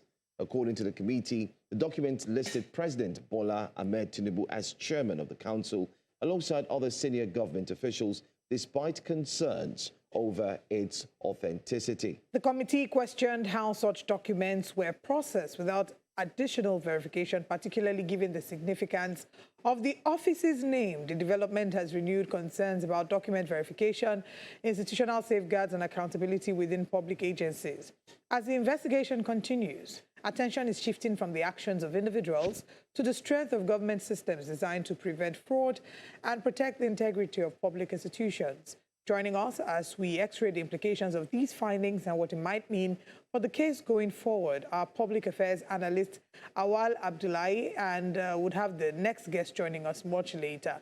But thank you very much, Awal, for joining us this morning. The committee says that it uncovered a purported mandate submitted to the FRSC listing President Tinubu as chairman of the PFIPC. How significant is this latest revelation in the overall investigation? You rightly know, government is very vast, government is very big, government is very wide. The government is vast, big, and wide. And then the supervisory role of government does not rely on President Bola Tinubu alone. That is why there's delegated responsibility or there's delegated powers. Now, where you have the position of a minister, it's a delegated responsibility or delegated powers to that individual as a supervising minister, for example, of a ministry. Same goes to department, head of department and agencies of government. Under these circumstances, if you trace back to the history of this, and the most recent of it is the release by ICPC, where the man himself denied or rather accepted responsibilities for forgery and things like that, which is the most latest right now. That of the House of Representatives, they are following up on document and then seeing correspondences and things like that. That is one aspect of it. The other aspect of it is the self-confession of the man involved, and then giving details of what happened and how it happens, why it happens. Yes, you could say that there is a lacuna in government verification procedures. But like I repeat again, it is not the responsibility of the president. The government is very, very wide. Nigeria is a big country. We have how many ministries? We have how many departments and agencies of government? We have how many commissions? We have how many agencies, and things like that. So even up to now, even with the fact that President Bola Tinubu wanted to fill up all department and agencies of government, commission and what have you, to establish board. But even up till this moment, which is zeal, he has not been able to do 50% of it. That is to tell you how wide and how big the Nigerian government system is. So be that as it may, the issue here is that, yes, there is a loophole. Certain people did not do their work as they're expected to do. Like you rightly put, a document like this, when sent, there should be background check on the document. But the issue is nobody had ever thought, I want to believe so, that such a thing can happen. And that was why the man realizes that nobody would have ever thought that such a thing can happen. So, and because of the way possibly he is, he manipulated the system and was able to do what he did till the human beings. So naturally, we will find we will have our own loopholes. Even at your workplace, there are things that will be done not as big as government or as big as one agency or department of government, but there are lacunas that may be there. There are things that will happen that the overall MD or general manager may not even know it happens, and it has happened, and it has passed through the waters, unless until maybe something come up that is related to it and there's an investigation, that is when it can be unraveled. I'm citing that is an organization, for example, a private organization, for example, where there is even there's strict supervision because is private, is goal-oriented. It is more like a personal thing. It is a money-making venture, for example. That is where a lot of supervision and a lot of strictness, is being applied to ensure that the right thing is done. But even at that, there's usually going to be a lacuna. There's going to be unfortunately, Mr. breakdown of a possible communication or a backdoor arrangement that will scale through within a small organization and it will work out without the head of the organization knowing what has happened. Unfortunately, so if you look we seem to have challenges with your. We seem to have challenges with your connection this morning, so we can't really pick the points that you're making regarding this conversation. We do hope that you're able to fix that and join us as we look to conclude this conversation. Our second guest also having difficulty. Seems to be a network difficulty day here on Breakfast Central. But we've looked at the committee questioning the FRSC issued official who issued government number plates. Binga, Olive, and also, especially our viewers, I don't know how we're able to see this. I mean, one of our guests, the guest who just joined us from the APC, talking about Mr. Kim Akintayo, making a strong statement indicting the EFCC, but then again, also linking the PFIPC, which makes me wonder how he would say that the PFIPC was indirectly saying he's a mole that was planted to spoil the success or the successes of the APC. I don't even think we should be amplifying that sort of statement. In the words of Mr. Paul Ebay, and I to align with his thoughts. It's hogwash. And I'm sure for many discerning people, they would align with that position. It's one thing to allege, it's another thing to show proof and not just speak for the sake of speaking. But talking about this rep's finding, I find it really curious that you come up with a position without interviewing any one of the star witnesses, the accused and the person making the accusation. And also yesterday, the 30-day interim report was out by the ICPC as directed by Mr. President. And like other guests have said in the past, I recall us speaking about this and the expectations. They said, you know, it's a foregone conclusion, nothing major is going to come out of this. And, you know, how dare you, after 30 days, come out and say, just put all the blame on Mr. Prince Adebayo. Oh, that's the result? Yes, that the state, if you check Mr. Bayonanuga's page now on his Twitter, the interim report by the ICPC is out. That I need to look at that. I must have been. They alleged that, I mean, the basic summary of it, to paraphrase, is that, you know, this man is a genius. He's the one that forged, is responsible for everything that happened. We didn't see any breaches in State House protocol, and, you know, he just forged all those documents, basically absolving every other person. They also mentioned some level of connivance, but didn't mention names. But, I mean, the summary of it is that this is Al Capone, is El Chapo, is every other criminal. Okay, Benga, famous criminal if you permit me, in one person. Maybe I should just read it out. Yes, please. Maybe let me just read it out very quickly to the benefit of our viewers. The fake appointment letter of Adeniyi Adeyemi Matthew did not originate from the presidency. ICPC chairman, Dr. Busa Damo Aliyu San, says at the press conference, he made the following remarks. That's 1. 2, the president took the right decision in the spirit of transparency and accountability and directed him to address the media for the benefit of Nigerians. Hopefully, let's see if we do have footage of that. But prior to that, flowing from the interim report, it has been established that Adeniyi Adeyemi Matthew was never appointed by the federal government to any authority of the government. B, the PFIPC was never established by any law or executive order or other valid instrument of government.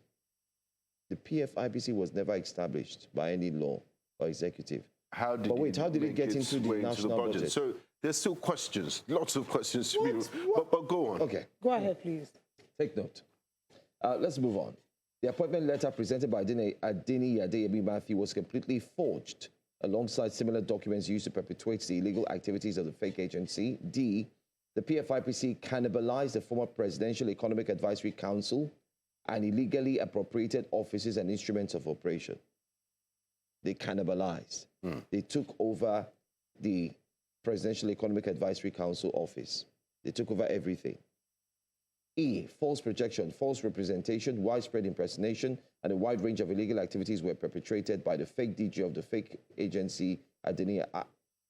It's fake, but how did it get into the... Let's go on. The interim report found that weaknesses in verification, in interagency oversight and government processes were exploited by Adeniyi with some level of negligence and connivance. G, our investigation found that no fund of the federal government was approved or disbursed to the fake PFIPC/PAC. 4. How was he able to hold that meeting with the members of the diplomatic corps, senior military officers? And he had printer, I had everything in the office, everything was set. That no funds. Okay, all right. Let's move on. How about the website? Let's go on to 4. That no weaknesses were found. No weaknesses. This not witnesses. Not weaknesses. Weak, like when you're weak. Yes, the institution is solid. No failure. No failure was found in the systems of the State House or CBN, and the processes are above board. The CBN, but who opened the account? The ICPC discovered Adeniyi Adeyemi created 2 additional fictitious government agencies, namely FCT Investment Promotion Agency, FIFA, not the football one, Foreign Investment Promotion Agency, and Public-Private Partnership. PFIPC. To facilitate their creation, he forged legislative instruments styled as enabling acts and used them to support the opening of bank accounts. Some of the recommendations, now this is a recommendation from the ICPC. Please listen. 1, he should be fully prosecuted. 2, administrative sanctions be imposed on public officers whose acts of omission and negligence facilitated the illegal operations of PFIPC and PEAC. That means the woman who appeared before the committee, right? That means the members of the CBN who opened the account, and the committee in the National Assembly that approved the budget. No, let's that's a recommendation.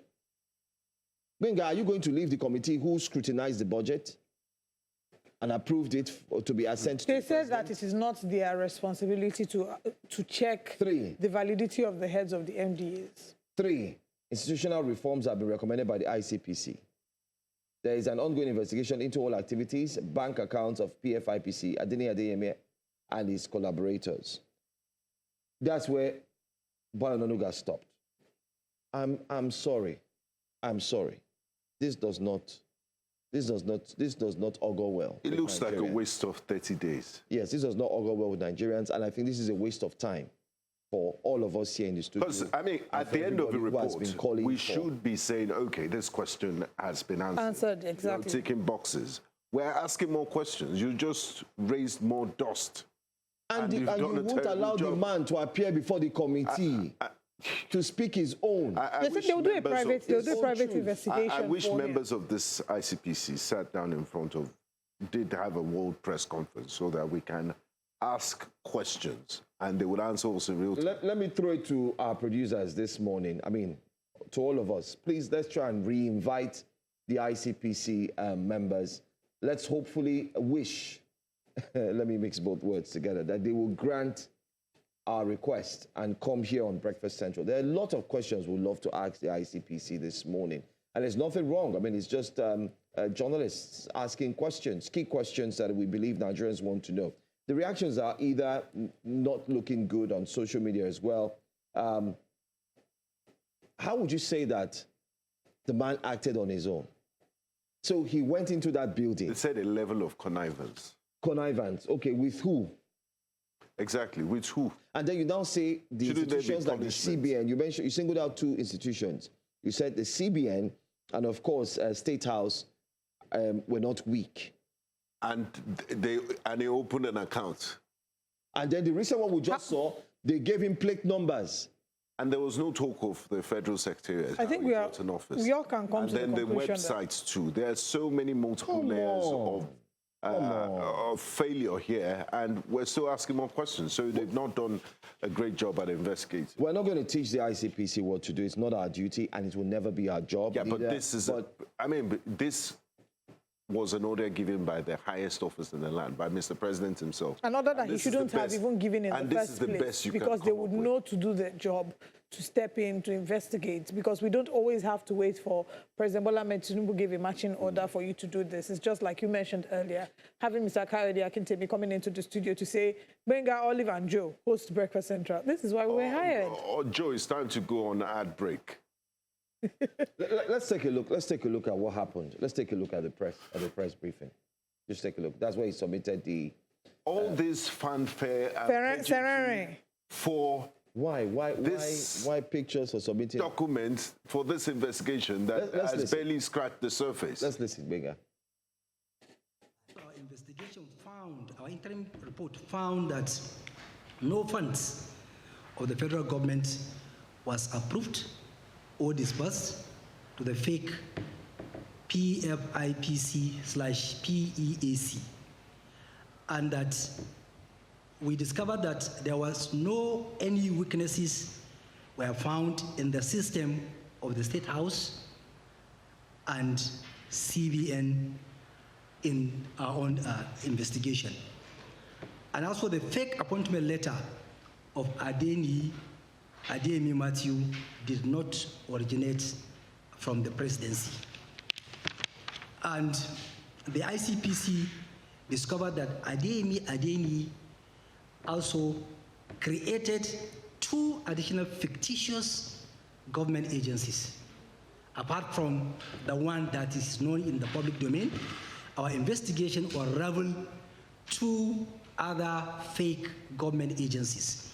To facilitate the creation of the additional 2 fake agencies, he used forged legislative instruments styled as enabling acts and using them to support opening of bank accounts. Because we discovered that he has opened 2 bank accounts in a commercial bank, which he went to use in these illegal activities.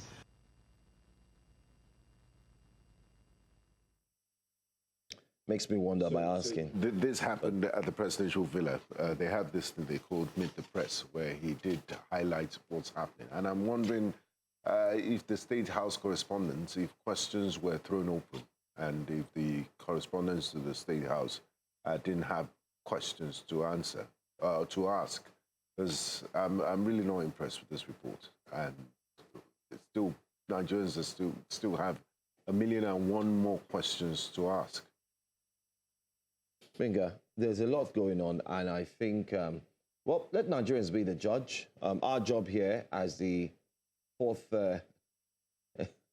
estate of the realm is just to pinpoint and ask major questions, key questions that need to be asked. And I'm saying personally that we've seen the report.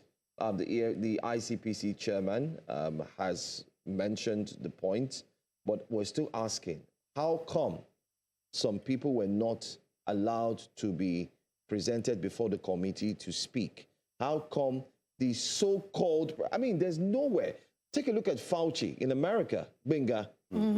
He's presented before the committee. He's presented before the parliament. Even though they tried to stop that, because they're saying that he had gotten a preemptive cover from Joe Biden while Joe Biden was in office. My point is, you say someone is guilty of something, bring him before the committee. Everybody should be equal. Everybody should be asked questions. You don't say, it will take you into a small room. And now the report is out. So now that the report is out, what happens to the House of Reps investigation? Are they still going? They're still ongoing. They're still ongoing. And whose reports carries more weight? They're the ones that found out that plate numbers too were issued. But they want to talk to Mr. Adeyemi behind closed doors. I don't get it. Is he a secret to be kept? Or Prince? Mr. Adeyemi behind, how? When others, and there's some names there are some people who have not been called. Like now they found out that plate numbers were issued. They have to speak to FRSC member. Who issued that plate number? How did you get the call? Domain name .gov.ng? So many other questions to be asked. How did you get that federal secretariat? We have breakfast headlines. If we continue, we won't leave here. A federal secretariat is not something like a shop, right? Now, Benga cannot just open small enter your house and come and cook soup and stew when your family, everybody's in the house. It's impossible. And when you are caught, we need to explain how you take. Who gave you security? How did you? Who gave you the oil? Who won gas for you, my brother? We'll go on a break. Stay with us.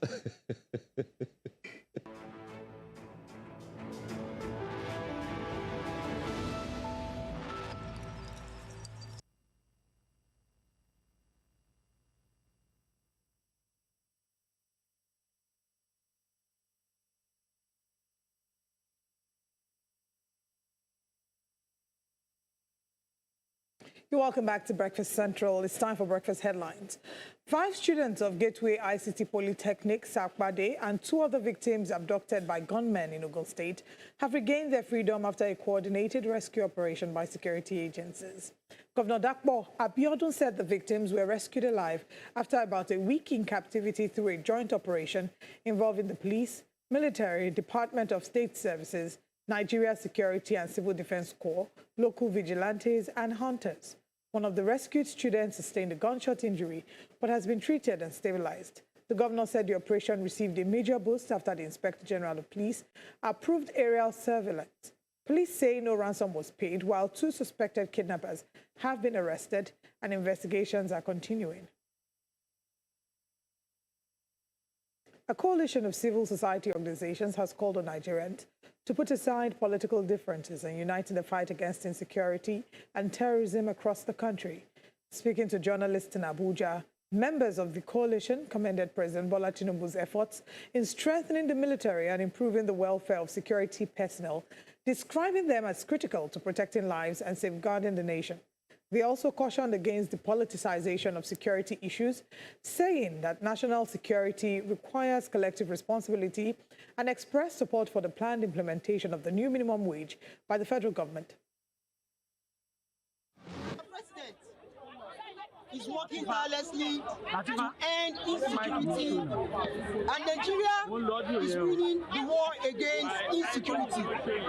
So, stop politicization of insecurity. This is not a game, but cheap popularity. Life are at stakes. Nigeria must unite against insecurity together. Such the country needs to encourage them and boost their morale. We call on Nigerians to continue support on our security apparatus in order to fight against insecurity. And at this point, we thank Mr. President once again for the increment in the allowance of the Nigerian Armed Forces. A fire has engulfed the Shafa filling station along the Garki 2 axis of the Federal Capital Territory after a petrol tanker reportedly exploded while offloading its content. Exclusive videos obtained by News Central show thick black smoke billowing from the scene as personnel of the Federal Fire Service and other emergencies battle to contain the blaze. No casualties have been reported, while the cause of the explosion remains unknown, and investigations are expected after the fire is extinguished. Fresh concerns have emerged over transparency and accountability in the National Assembly following renewed calls for the release of lawmakers' attendance and voting records. The Advocacy Foundation says the 10th National Assembly has spent more time on recess than in active plenary since it was inaugurated, despite pressing national security and economic challenges. The organization also accused the legislature of failing to promptly respond to its Freedom of Information request for lawmakers. Attendance and voting records, saying the reply only came after legal action was threatened. While the National Assembly remains and maintains that the records are protected under legislative privilege, the group insists that they are public accountability documents and is demanding their release, warning that it may seek a court order to compel disclosure. Chad is battling a cholera outbreak that has claimed 13 lives and infected nearly 240 people since the disease was officially declared in July. The health ministry says the outbreak is affecting Hadjalamis province and the capital, Jamena, with most of the recent deaths recorded in the city during August. More than 50,000 people have already been vaccinated as authorities intensify efforts to contain the spread of the disease. Health officials say cholera is caused by contaminated food or water and can be treated with rehydration, salts, or antibiotics if detected early. However, poor access to safe drinking water and sanitation continues to increase the risk of infections across parts of the country. Japan has marked the 81st anniversary of the atomic bombing of Hiroshima with renewed calls for a world free of nuclear weapons. At a memorial ceremony in Hiroshima Peace Memorial Park, Mayor Kazumi Masui criticized global powers for continuing to justify nuclear deterrence while conflicts persist around the world. He warned that accepting the use of force and downplaying the humanitarian consequences of nuclear weapons could lead to renewed cycles of violence and another tragedy like Hiroshima or Nagasaki. And that's all that we have this morning on Breakfast Headlines. We'll continue the show. Breakfast Central continues with the reviews of the paper, so please stay with us. And when we open the phone lines, do well to calling, as well as sharing your thoughts via News Central TV Live on YouTube. I'm Olive Emodi, and I'll see you in a moment.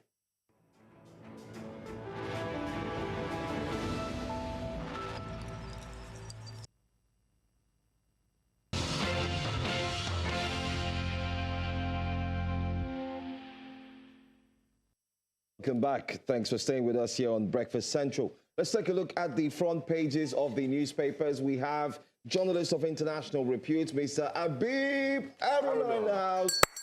Please ring that bell. A legend. Merci beaucoup. Thank you so much. Bienvenue. Welcome. Is there something else added to this excitement? It's just somebody I like a lot, and I admire his professionalism. And even with his position, his said position that, look, he has sentiments for EPC, his analysis is spot on. And that's what our audience said, that they like his neutrality. And I also would like to first and foremost, congratulate you on the graduation of your handsome twin boys from university. Oh, really? Thank you. I wish them all the best. Your rest has come. Your rest has come. Yes, sir. You know why Joe is drinking with extra gusto? Why? Because he's still in the school fees paying era. Yes, sir. And he understands what it feels like, the freedom to know that your children are done with school. Okay, yeah. Whereas some of us have not even started the journey. Wow. God, but a journey of 1,000 miles begins with a step. Absolutely. One step. And that's all. Well, let's go into the step of newspapers. Let's start off first with This Nigeria. This Nigeria is our very first paper this morning. This Nigeria this morning. I like the way that sounds. This Nigeria this morning. On this Breakfast Central. This day. Tinubu, why I directed the EFCC to unfreeze Osun State account. Action ill-timed, embarrassing to me, says President. Jubilation in Oshogbo. Hey, applause for presidential move. All right, that's fuel subsidy gulped 1.16 fuel subsidy in 2021. Better. 1.16 trillion naira. Ramfac reveals as Senate threatens to compel Auditor General's appearance. Adeyemi probe ICPC on masks. 2 more fake agencies discovers collaborators in SGF, HOSE, AGF, budget offices. Interim report submitted to federal government OK's prosecution of DG. Let's start with that. Let's start with Adeyemi before we go to Osun State. Osun is like the biggest story, but let's start with Adeyemi because I know Osun State will be in the other papers as well. What's your take? Yeah, you see, I don't think the submission of the report without detention. I don't think so.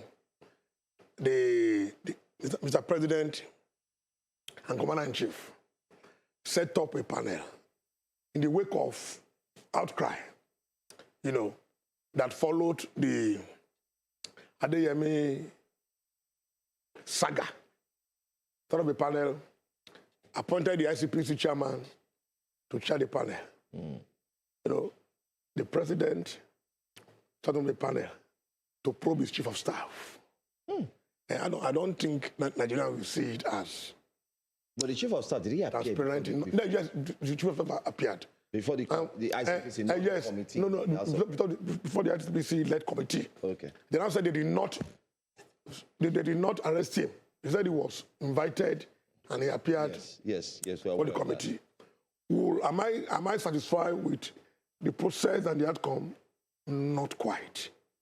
I would have expected an independent inquiry. Not someone that is under the presidency, like ICPC. The ICPC, if you want to know, guest directive is controlled by the chief of staff. So you cannot imagine someone that is under probe by the ICPC to say anything, to write a report that will be against the chief of staff. That, to me, my personal opinion, that would be difficult. I was expecting an independent panel or inquiry to look at what really happened. And this even Adeyemi, the president in charge, the way I'm seeing it now, Adeyemi is now the culprit. He's the one that is. They put everything on his head. Bearing the brunt. Carrying his cross by himself. Yeah, he's bearing the brunt. So that is not because I don't pity him anyway. But if he found himself in that mess, he's the mastermind of his own problem. But I was thinking that the system can only survive if there was a transparent and independent inquiry to really let us know what happened. Not for the ICPC chairman to be submitting the panel to the president and they are smiling. It is not that does not. So you're not impressed with that. We can put that video up. You're not. I mean, no. As a man that is has he answered all your questions? No, that does not. That's what I said. It does not. It was only meant to douse the tension that followed the outcry. And that followed the revelations. We completely missed out of this, and even the presidential committee I did not. The gentleman that said I gave him 400 million naira to facilitate appointment. Who came out bravely? Presidential that is, by the way, totally that's not a problem. In fact, the man is actually be arrested. Exactly. Thank you. By coming out saying it. Thank you so much. He should be arrested by saying that kind of a thing. These are the people that are messing up our system. You gave me what? Who is Adeyemi? Adeyemi, the chief of staff. Is Adeyemi the SGF? Not 40,000. You see, in Abuja, there are many intermediaries. I was telling you, who are billionaires. Yes, we know that. Billionaires doing this kind of things. So Adeyemi is just part of them. This is not what we are expecting. Is this a World Cup? It's not even a... Exactly. It's not something to be proud of. Absolutely. What's the What is the photo up there? We are submitting the report. What inside the report? I was expecting to let us know that your government is so it's not transparent, and I don't think Nigerians will be satisfied with this kind of outcome. Please, let's take this off. Let's listen to him for a minute. Yes. Our interim report found that no funds of the federal government was approved or disbursed to the fake PFIPC/PEAC, and that we discovered that there was any weaknesses were found in the system of the State House and CBN in our own investigation. And also the fake appointment letter of Adeniyi Adeyemi Matthew did not originate from the presidency. And the ICPC discovered that Adeniyi Adeyemi also created 2 additional fictitious government agencies. Apart from the one that is known in the public domain, our investigation unraveled 2 other fake government agencies. And to facilitate the creation of the additional 2 fake agencies, he used forged legislative instruments, styled as enabling acts, and using them to support opening of bank accounts. Because we discovered that he has opened 2 bank accounts in a commercial bank, which he went to use in these illegal activities. Wow, a whole lot there, Benga, just off the mic. We're discussing, using the analogy. I mean, the question is... Brilliant analogy. Would someone enter into your house and start cooking soup without you saying you saw him? Without your knowledge or approval. Without your knowledge. That is not possible. And what's the question you ask? What are you going to eat this soup with that you are cooking? Is this soup sweet? Yes. Where did you find the Maggi? Where do you find the Maggi? Valid question. The questions could be, the questions could be, how did you get in? So what is happening now, what we heard from the ICPC chairman is that, okay, he has entered the household, but we now discovered that he did not only cook in your kitchen, he now went to sleep in your bed and he watched Premier League in your parlor. Because that's what he's saying. Yeah. Meanwhile, you've not finished answering the questions or how he got into the kitchen in the first place. Who gave you the key? So when this kind of thing how did you bypass my security? When this kind of thing happens, you expect us to be rolling by now. You expect a decisive action from the president so that this kind of thing will not happen, will not repeat itself in the future. You expect people to face consequence of the action of what is going on. It's not being simplistic by making this guy a scapegoat. The Adeyemi, even though I don't pity him. Adeyemi looks someone that is very fraudulent. I don't pity him. But let have a due process that will show that our system can withstand this kind of thing in the future and expose them. Okay, you were saying earlier about you would have expected that an independent agency does the Absolutely. Who would you have expected to set up this investigation? No. You see, we have a National Assembly. National Assembly can investigate it. But when you want the presidency, setting up a panel to investigate an alleged action of the chief of staff. After the president in Nigeria, the most powerful person is not the VP, it's the chief of staff. He controls everything. All those agencies under the presidency, the executive takes order. Take order from the chief of staff. So you can't imagine them now probing the guy. Is that how you want to have budget to function? You have to make sure that you respect the office of the chief of staff. You see, so because they're very critical office and very important and very crucial. So for them to have set up a panel to probe him, ICPC to probe him. You see, our problem in Nigeria, I wish I was saying yesterday on the TV program, is that institutions in Nigeria are not independent. Look at Israel. The Attorney General of Israel is probably the Prime Minister. The police in Britain, they're dependent on the office of the Prime Minister. Now, that was Boris Johnson resigned. Was removed during COVID. Was removed. So it's important for these agencies, institutions, to be dependent on the executive. But do you think that's the only way we can succeed? But with the president choosing, being the one who selects and makes the appointments, yes, that department or that office, do you think it will ever be independent? No, that's what I'm saying. You see, if Obasanjo, the midwife of this democratic dispensation, was pragmatic enough to make sure that institutions are solid and led by example. That is what this man said.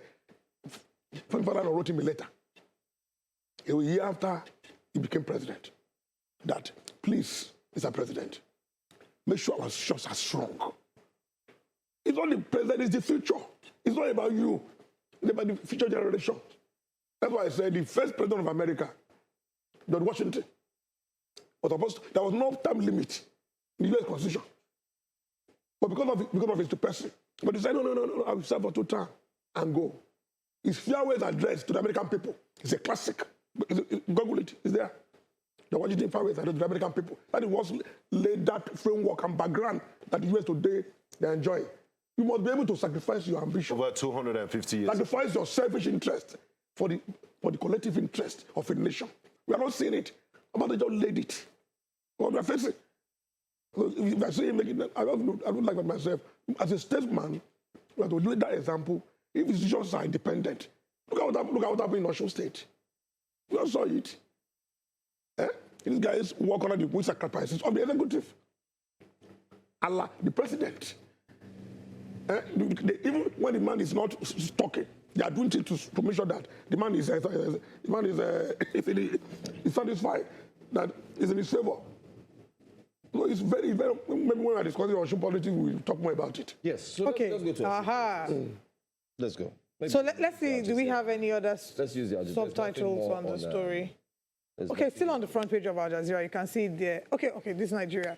Why I directed EFCC to unfreeze Osun State account. It says, action ill-timed, embarrassing to me, says President. Jubilation in Osogbo, applause for presidential move. Let's get your reactions. I've been watching your program, even at home. Did you hear the APC guest? I listened to Polibe. What about the APC? Polibe was my colleague. You must have listened to the APC guest who joined us. He said that the EFCC freezing the account was as a result of connivance by ADC and Accord Party. With Accord Party. But before he responds, we have a phone call coming. Let's quickly take that call. Good morning. Thank you for calling. Thank you, Uche. Good morning, everybody. Good morning. Good morning, Uche. Yeah, after listening to the chairman of ICPC, I didn't hear the man talk about the person that alleged that died in the hotel, mentioned by Adeniyi. The owner of the hotel, we did not see here. The person that directed the either bulldozer, to pull down the building, we did not see here. What kind of investigation? I don't know whether you people have seen the documents submitted by him to the president. We only hear him talking about what is in the document. Please, if those things that I have mentioned are not in that document, Nigerians will not believe them. Let them do thorough investigation. On the issue of Osun, Mr. President is doing damage control. God bless you people. God bless you too. And this is what has made Nigerians doubting Thomases, because once the government comes up with a pronouncement, Nigerians are discerning people. They're very brilliant people. They will look at all the holes and ask questions. So if you cannot ask all the questions, then you haven't satisfied them. That's why I say there's a Thomas in the middle name of every Nigerian, Joe Thomas, Hansen, Olive Thomas, Modi, Habib Thomas, Aruna. Yes, we always ask questions. But Ms. Aruna, you were going somewhere. Yes. I was here last week, and I told you guys that Osun State is not a state that we just toy with. You said so. I was there for 7 years, and A-levels. You see, in Osun State, they are mindful of what they are not too comfortable. They may not be rich, but they know they are right. Yeah, they know they are right, and they don't joke with it. You cannot come and trample on it. When, first of all, I must appreciate. I must appreciate the president for his intervention yesterday. That was very presidential. Even though there are a lot of questions that arose, into his intervention. One, we're talking about the man to go back to court to get an order to sign the decision. There was no any court order ab initio. There was not. So it's possible that his handlers are not advising him. Yeah. They're not advising him well. There's no court order. It was something that people are saying that after 3 days, you need to go back, go to the court. Get an order. But the president intervened, and that was the thing. That is very good to me. It should be appreciated. But was it justified in the first instance? This is a test run for next year's presidential election. Nigerians are expecting a transparent, credible process that will lead to a free and fair election in Osun. An agrarian state, a teacher state, but because of the nature and character of that state, and because of the fact that Nigerians are monitoring to see what will happen in that state, I was expecting that agencies of government like INEC, the police, the the ICPC, the EFCC, and other people involved in that election will be more circumspect, in taking decisions that will affect. Reading the room. Absolutely, But the man jumped before the gun. The FCC chairman jumped before the gun. So what does this? If you're in the position of the man should hide his head in shame. Mr. And the FCC chairman, what are you doing? And you're a lawyer. This is not a lawyer. And a pastor. Senior pastor too. In quote. No, you don't do things that will stabilize a process. 10 days to election. Look at what the president said. Look at the president's statement. We did. We read it. I feel embarrassed. Let's take this call. It's the president teaching. Let's take this call. Kingsley calls us. Hello, good morning. Oh, we lost. Sorry, Kingsley. Apologies for that. I want us to also touch on some of the controversies that surrounded the president's intervention, because the question is, if the president could so freely intervene and order EFCC to unfreeze, that means it's giving some measure of credence to the allegations of the evidence of the president being involved in the initial freezing order that was given. Because you remember there were accusations against the president, against the APC of being involved in all of this and wanting to take over Osun by force. So should the president be able to order the EFCC to either freeze or unfreeze any account? I think what should have happened in a normal situation is for the EFCC to now announce that, okay, due to the noise that is being made, we are stopping, we are unfreezing the thing, we go to court and seek redress. Period. Not the president intervening directly. People wouldn't be into it. That is not how institutions grow. That's not how institutions grow. And what also baffled me was when the FCC posted a statement justifying the freeze, and one of the presidential aides, Bola posted that statement. Thank you. So 2 + 2 can be added to make it 4. That something is going on somewhere. Bear the curtains. Two questions. These guys are involved. And I think I need your answer to these questions. One, are there people who are working assiduously on behalf of the president without his knowledge? So they may have gone ahead to carry out this action that we saw in Osun State. That's one. Two, couldn't the president have called the EFCC chairman off camera rather than put it as a press statement? That's what I'm saying. The way they manage these things also matters a lot. I've managed a governor in this state. Even when the governor will tell me that, Habib, I will agree with you, I will tell the man that Ogadi is the way to go. And because of my closeness to him, In most cases, I normally have my way. And if it turned out to be the best best option, absolutely. So I don't think the president should have made that statement, open in the open. And the president even called the governor of Osun State. He had a phone call with him that you guys should not unnecessarily raise tension in your state. I don't think it was well managed. Okay. You see, but at the same time, show working. Wanted to appear as Bola Tinubu. The one thing, you see, the Democrats. When you're in government, many things happen that is abracadabra.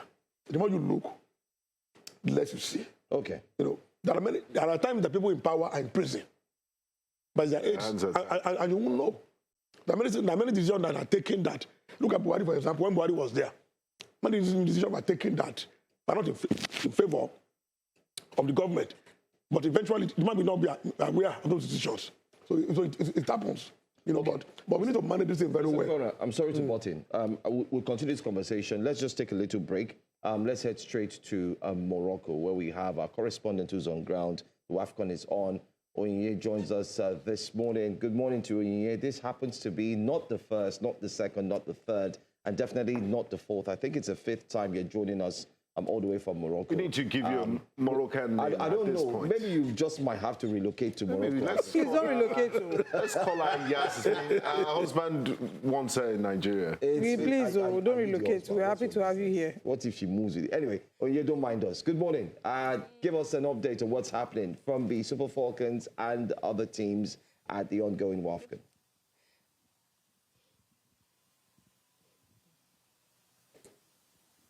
Thank you so much, Joe. Good morning to you. I think, yes, it's great. My husband and I, we can move to Morocco. Wow. But let me bring an update right now from Morocco, Rabat to be precise. We are at Asfa Sportive Training Center in Saleh, and that's where the Super Falcons of Nigeria, should I call them the 10-time African champions of Nigeria, are training. Now, this is their first training after booking their ticket to the quarterfinal of the 2026 Women's African Cup of Nations. Now, yes, they had in-house activities yesterday, having a press parley where they invited journalists to come talk to the players. So there was no training yesterday, but today they are having their first after booking their quarterfinal ticket. Just behind me, if you can check that out right now, you can see that we have the players playing, trying to recuperate, to get their muscles intact as they prepare for that quarterfinal encounter against the indomitable Lionesses of Cameroon. At the moment, nothing to worry about. All players are in good condition. For the two players who did not make it in the touchline for that game against Egypt, Oluwatosin Dimei and Jennifer Ichegini, they're both back with the team, training, and all players, there's no reason to be concerned. No injury update at the moment because every single player invited are fine and are good to go. So, Onyinye, we started on a very faulty note against Malawi. I mean, many people were shocked. We saw those goalkeeping hazards. But since then, we've seemed to have picked up momentum. Do you think these girls are strong enough? And looking at the opposition that we have left in the competition to go all the way and make it an 11th title? Because the way they're going, we might soon run out of space on their jersey to put another star.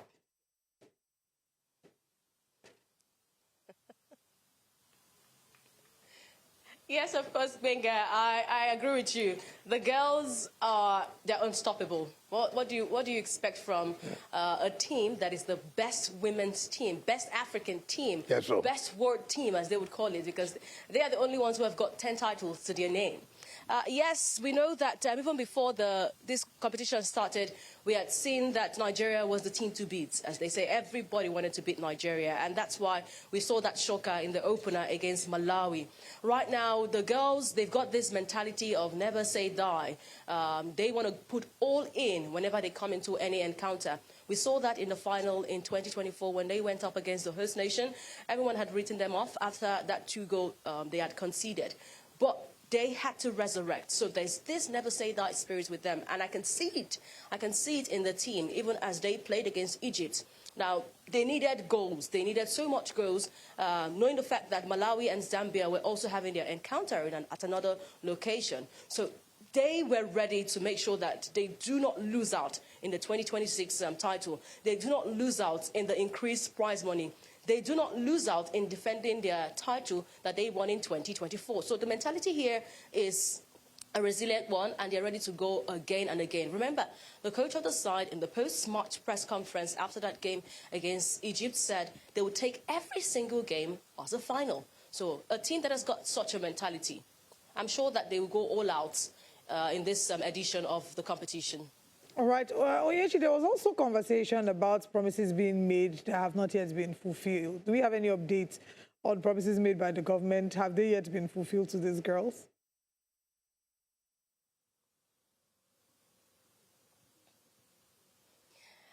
At the moment, the feelers we hear is the National Sport Commission promising the players that they had promised the players before the competition that they would get $5,000 at every single goal. Yes, that has been has been said and kept, knowing the fact that they scored 2 goals against Malawi. But right now, we're getting feelers, reports filling the air that they're about to double that money for every single goal scored. We wait and see. That's what this is all about. It's about motivating the players through incentive. But we wait and see what will pan out when these girls face up with the indomitable lionesses of Cameroon. But I had a conversation with the president of the Nigerian Football Federation, Ibrahim Guzo, who said that a lot of money has been pumped into this. So just to make sure that they support the girls all the way and motivate them through incentives all the way to defending their title. We're hoping that this can act as a leverage, a shocker, to motivate them whenever they come on the pitch, to have that focused mentality, never say that mentality, and resilient mentality going into this competition. Interesting conversations. Onyechi, thank you so much for joining us, and we'll look forward to hear good news.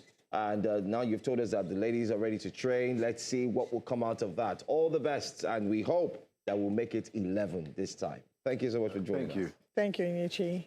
You know, while that conversation was going on, Joe, when Olive had $5,000 and big money, I saw her looking at her leg. That perhaps Moshile walk football field. My dear, age is still on my side. one road does not lead to the market. Let's go to Al Jazeera newspaper very quickly. We're running out of time. That one there on the front page. Our girls are okay.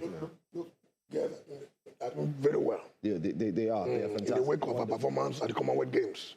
So fantastic. Kudos to them. Federal government launches light initiative to power 1 million small businesses. Here we go again. Nigeria, Burundi strengthen military cooperation against terrorism. UNICEF, Rwasa intensify cholera prevention efforts in Bauchi. On freeze or shoe government account, Tinubu orders EFCC. Just like that, they freeze. That's like, Binga, you need to be careful. Just like the other stories we've taken. Let's see, we'll have more stories. Okay.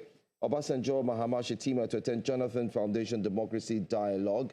That's what we have. NBT unveils AI curriculum for ND program. Interesting. There's AI now for ND programs. Okay, that's good. Pretty much, we've taken all the stories here. Let's see the Observers as well. Observers Times. Let's see what that paper has in store too. Southeast youths rethink military careers over new pay. You know, go think calm care. We talked about this, Binga. We talked about what will happen. How it would encourage people to sign up. And then we said again, Mr. Pibarona, we also said, wasn't this supposed to have been done since? Well, it's better late than never. But then again, it's better late than never. Quick one again, right on the front page of Observer's Time. But what do you think about the pay? I think you've not discussed that. No. It's a good thing to have been done. Right thing to be done at the right time. We are complaining that even though it's belated, but I think we cannot blame the government for doing it now. We don't know their pulse. Even though at times we need to complain that things that are doing that misplaced priorities. Exorbitant. But I think it's never late. And the government should be appreciated for doing it now. What they've been complaining implicitly, those are the forefront of this war against terrorism, that they are not well paid. And we also know that there are many rackets that are going on. You see all these retired military men building universities. So where's money coming from? And people at the forefront, that they are not well paid, they are not well remunerated. People have laid down their lives to secure the country. So I think they deserve this pay.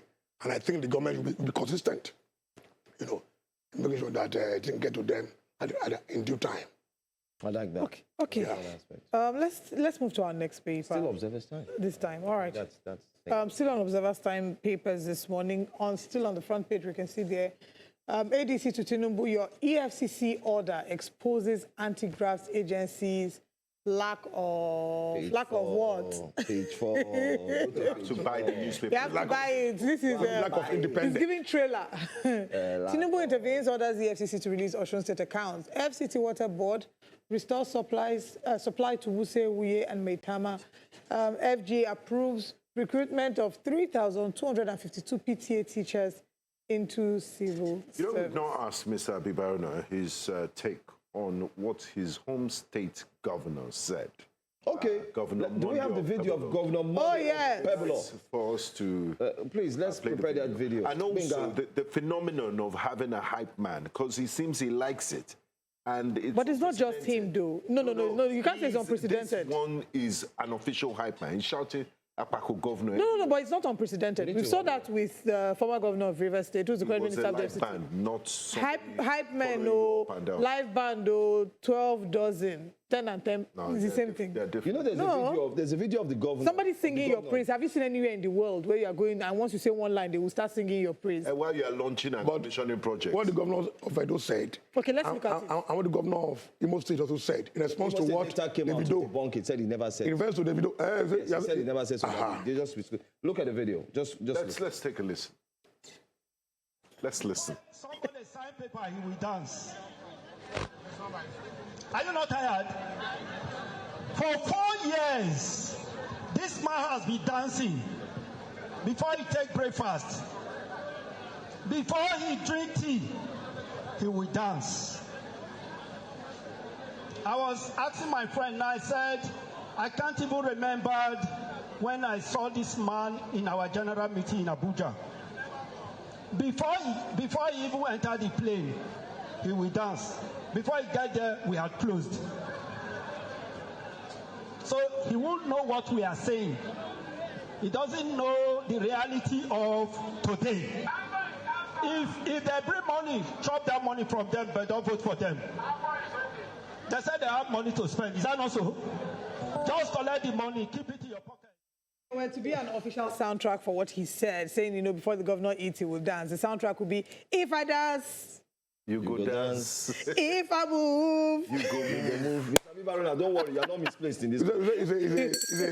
It's governance. It's a serious thing.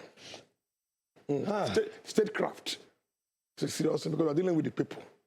We're dealing with how to improve the welfare, standard of living of the people, how to improve infrastructure, healthcare, education. It's not a thing that you toy with. You see, thank God it's on record. I came out openly against this guy. No, on a very serious note. Because you see, people like me, there's also a video of him dancing. I'm too audacious to mess around by politicking. I've been there, up there in Lagos, and I saw the way the thing is played. I saw why. That is why Lagos is always moving forward, moving ahead. I talked about it when this guy was campaigning. I supported the PDP candidate. I had to party for APC. Yes, I did. In the open. I wrote 2 articles on it. And I'm being justified what is going on now. Okay. It's perhaps the worst thing that can happen to a state. And unfortunately, that's my state.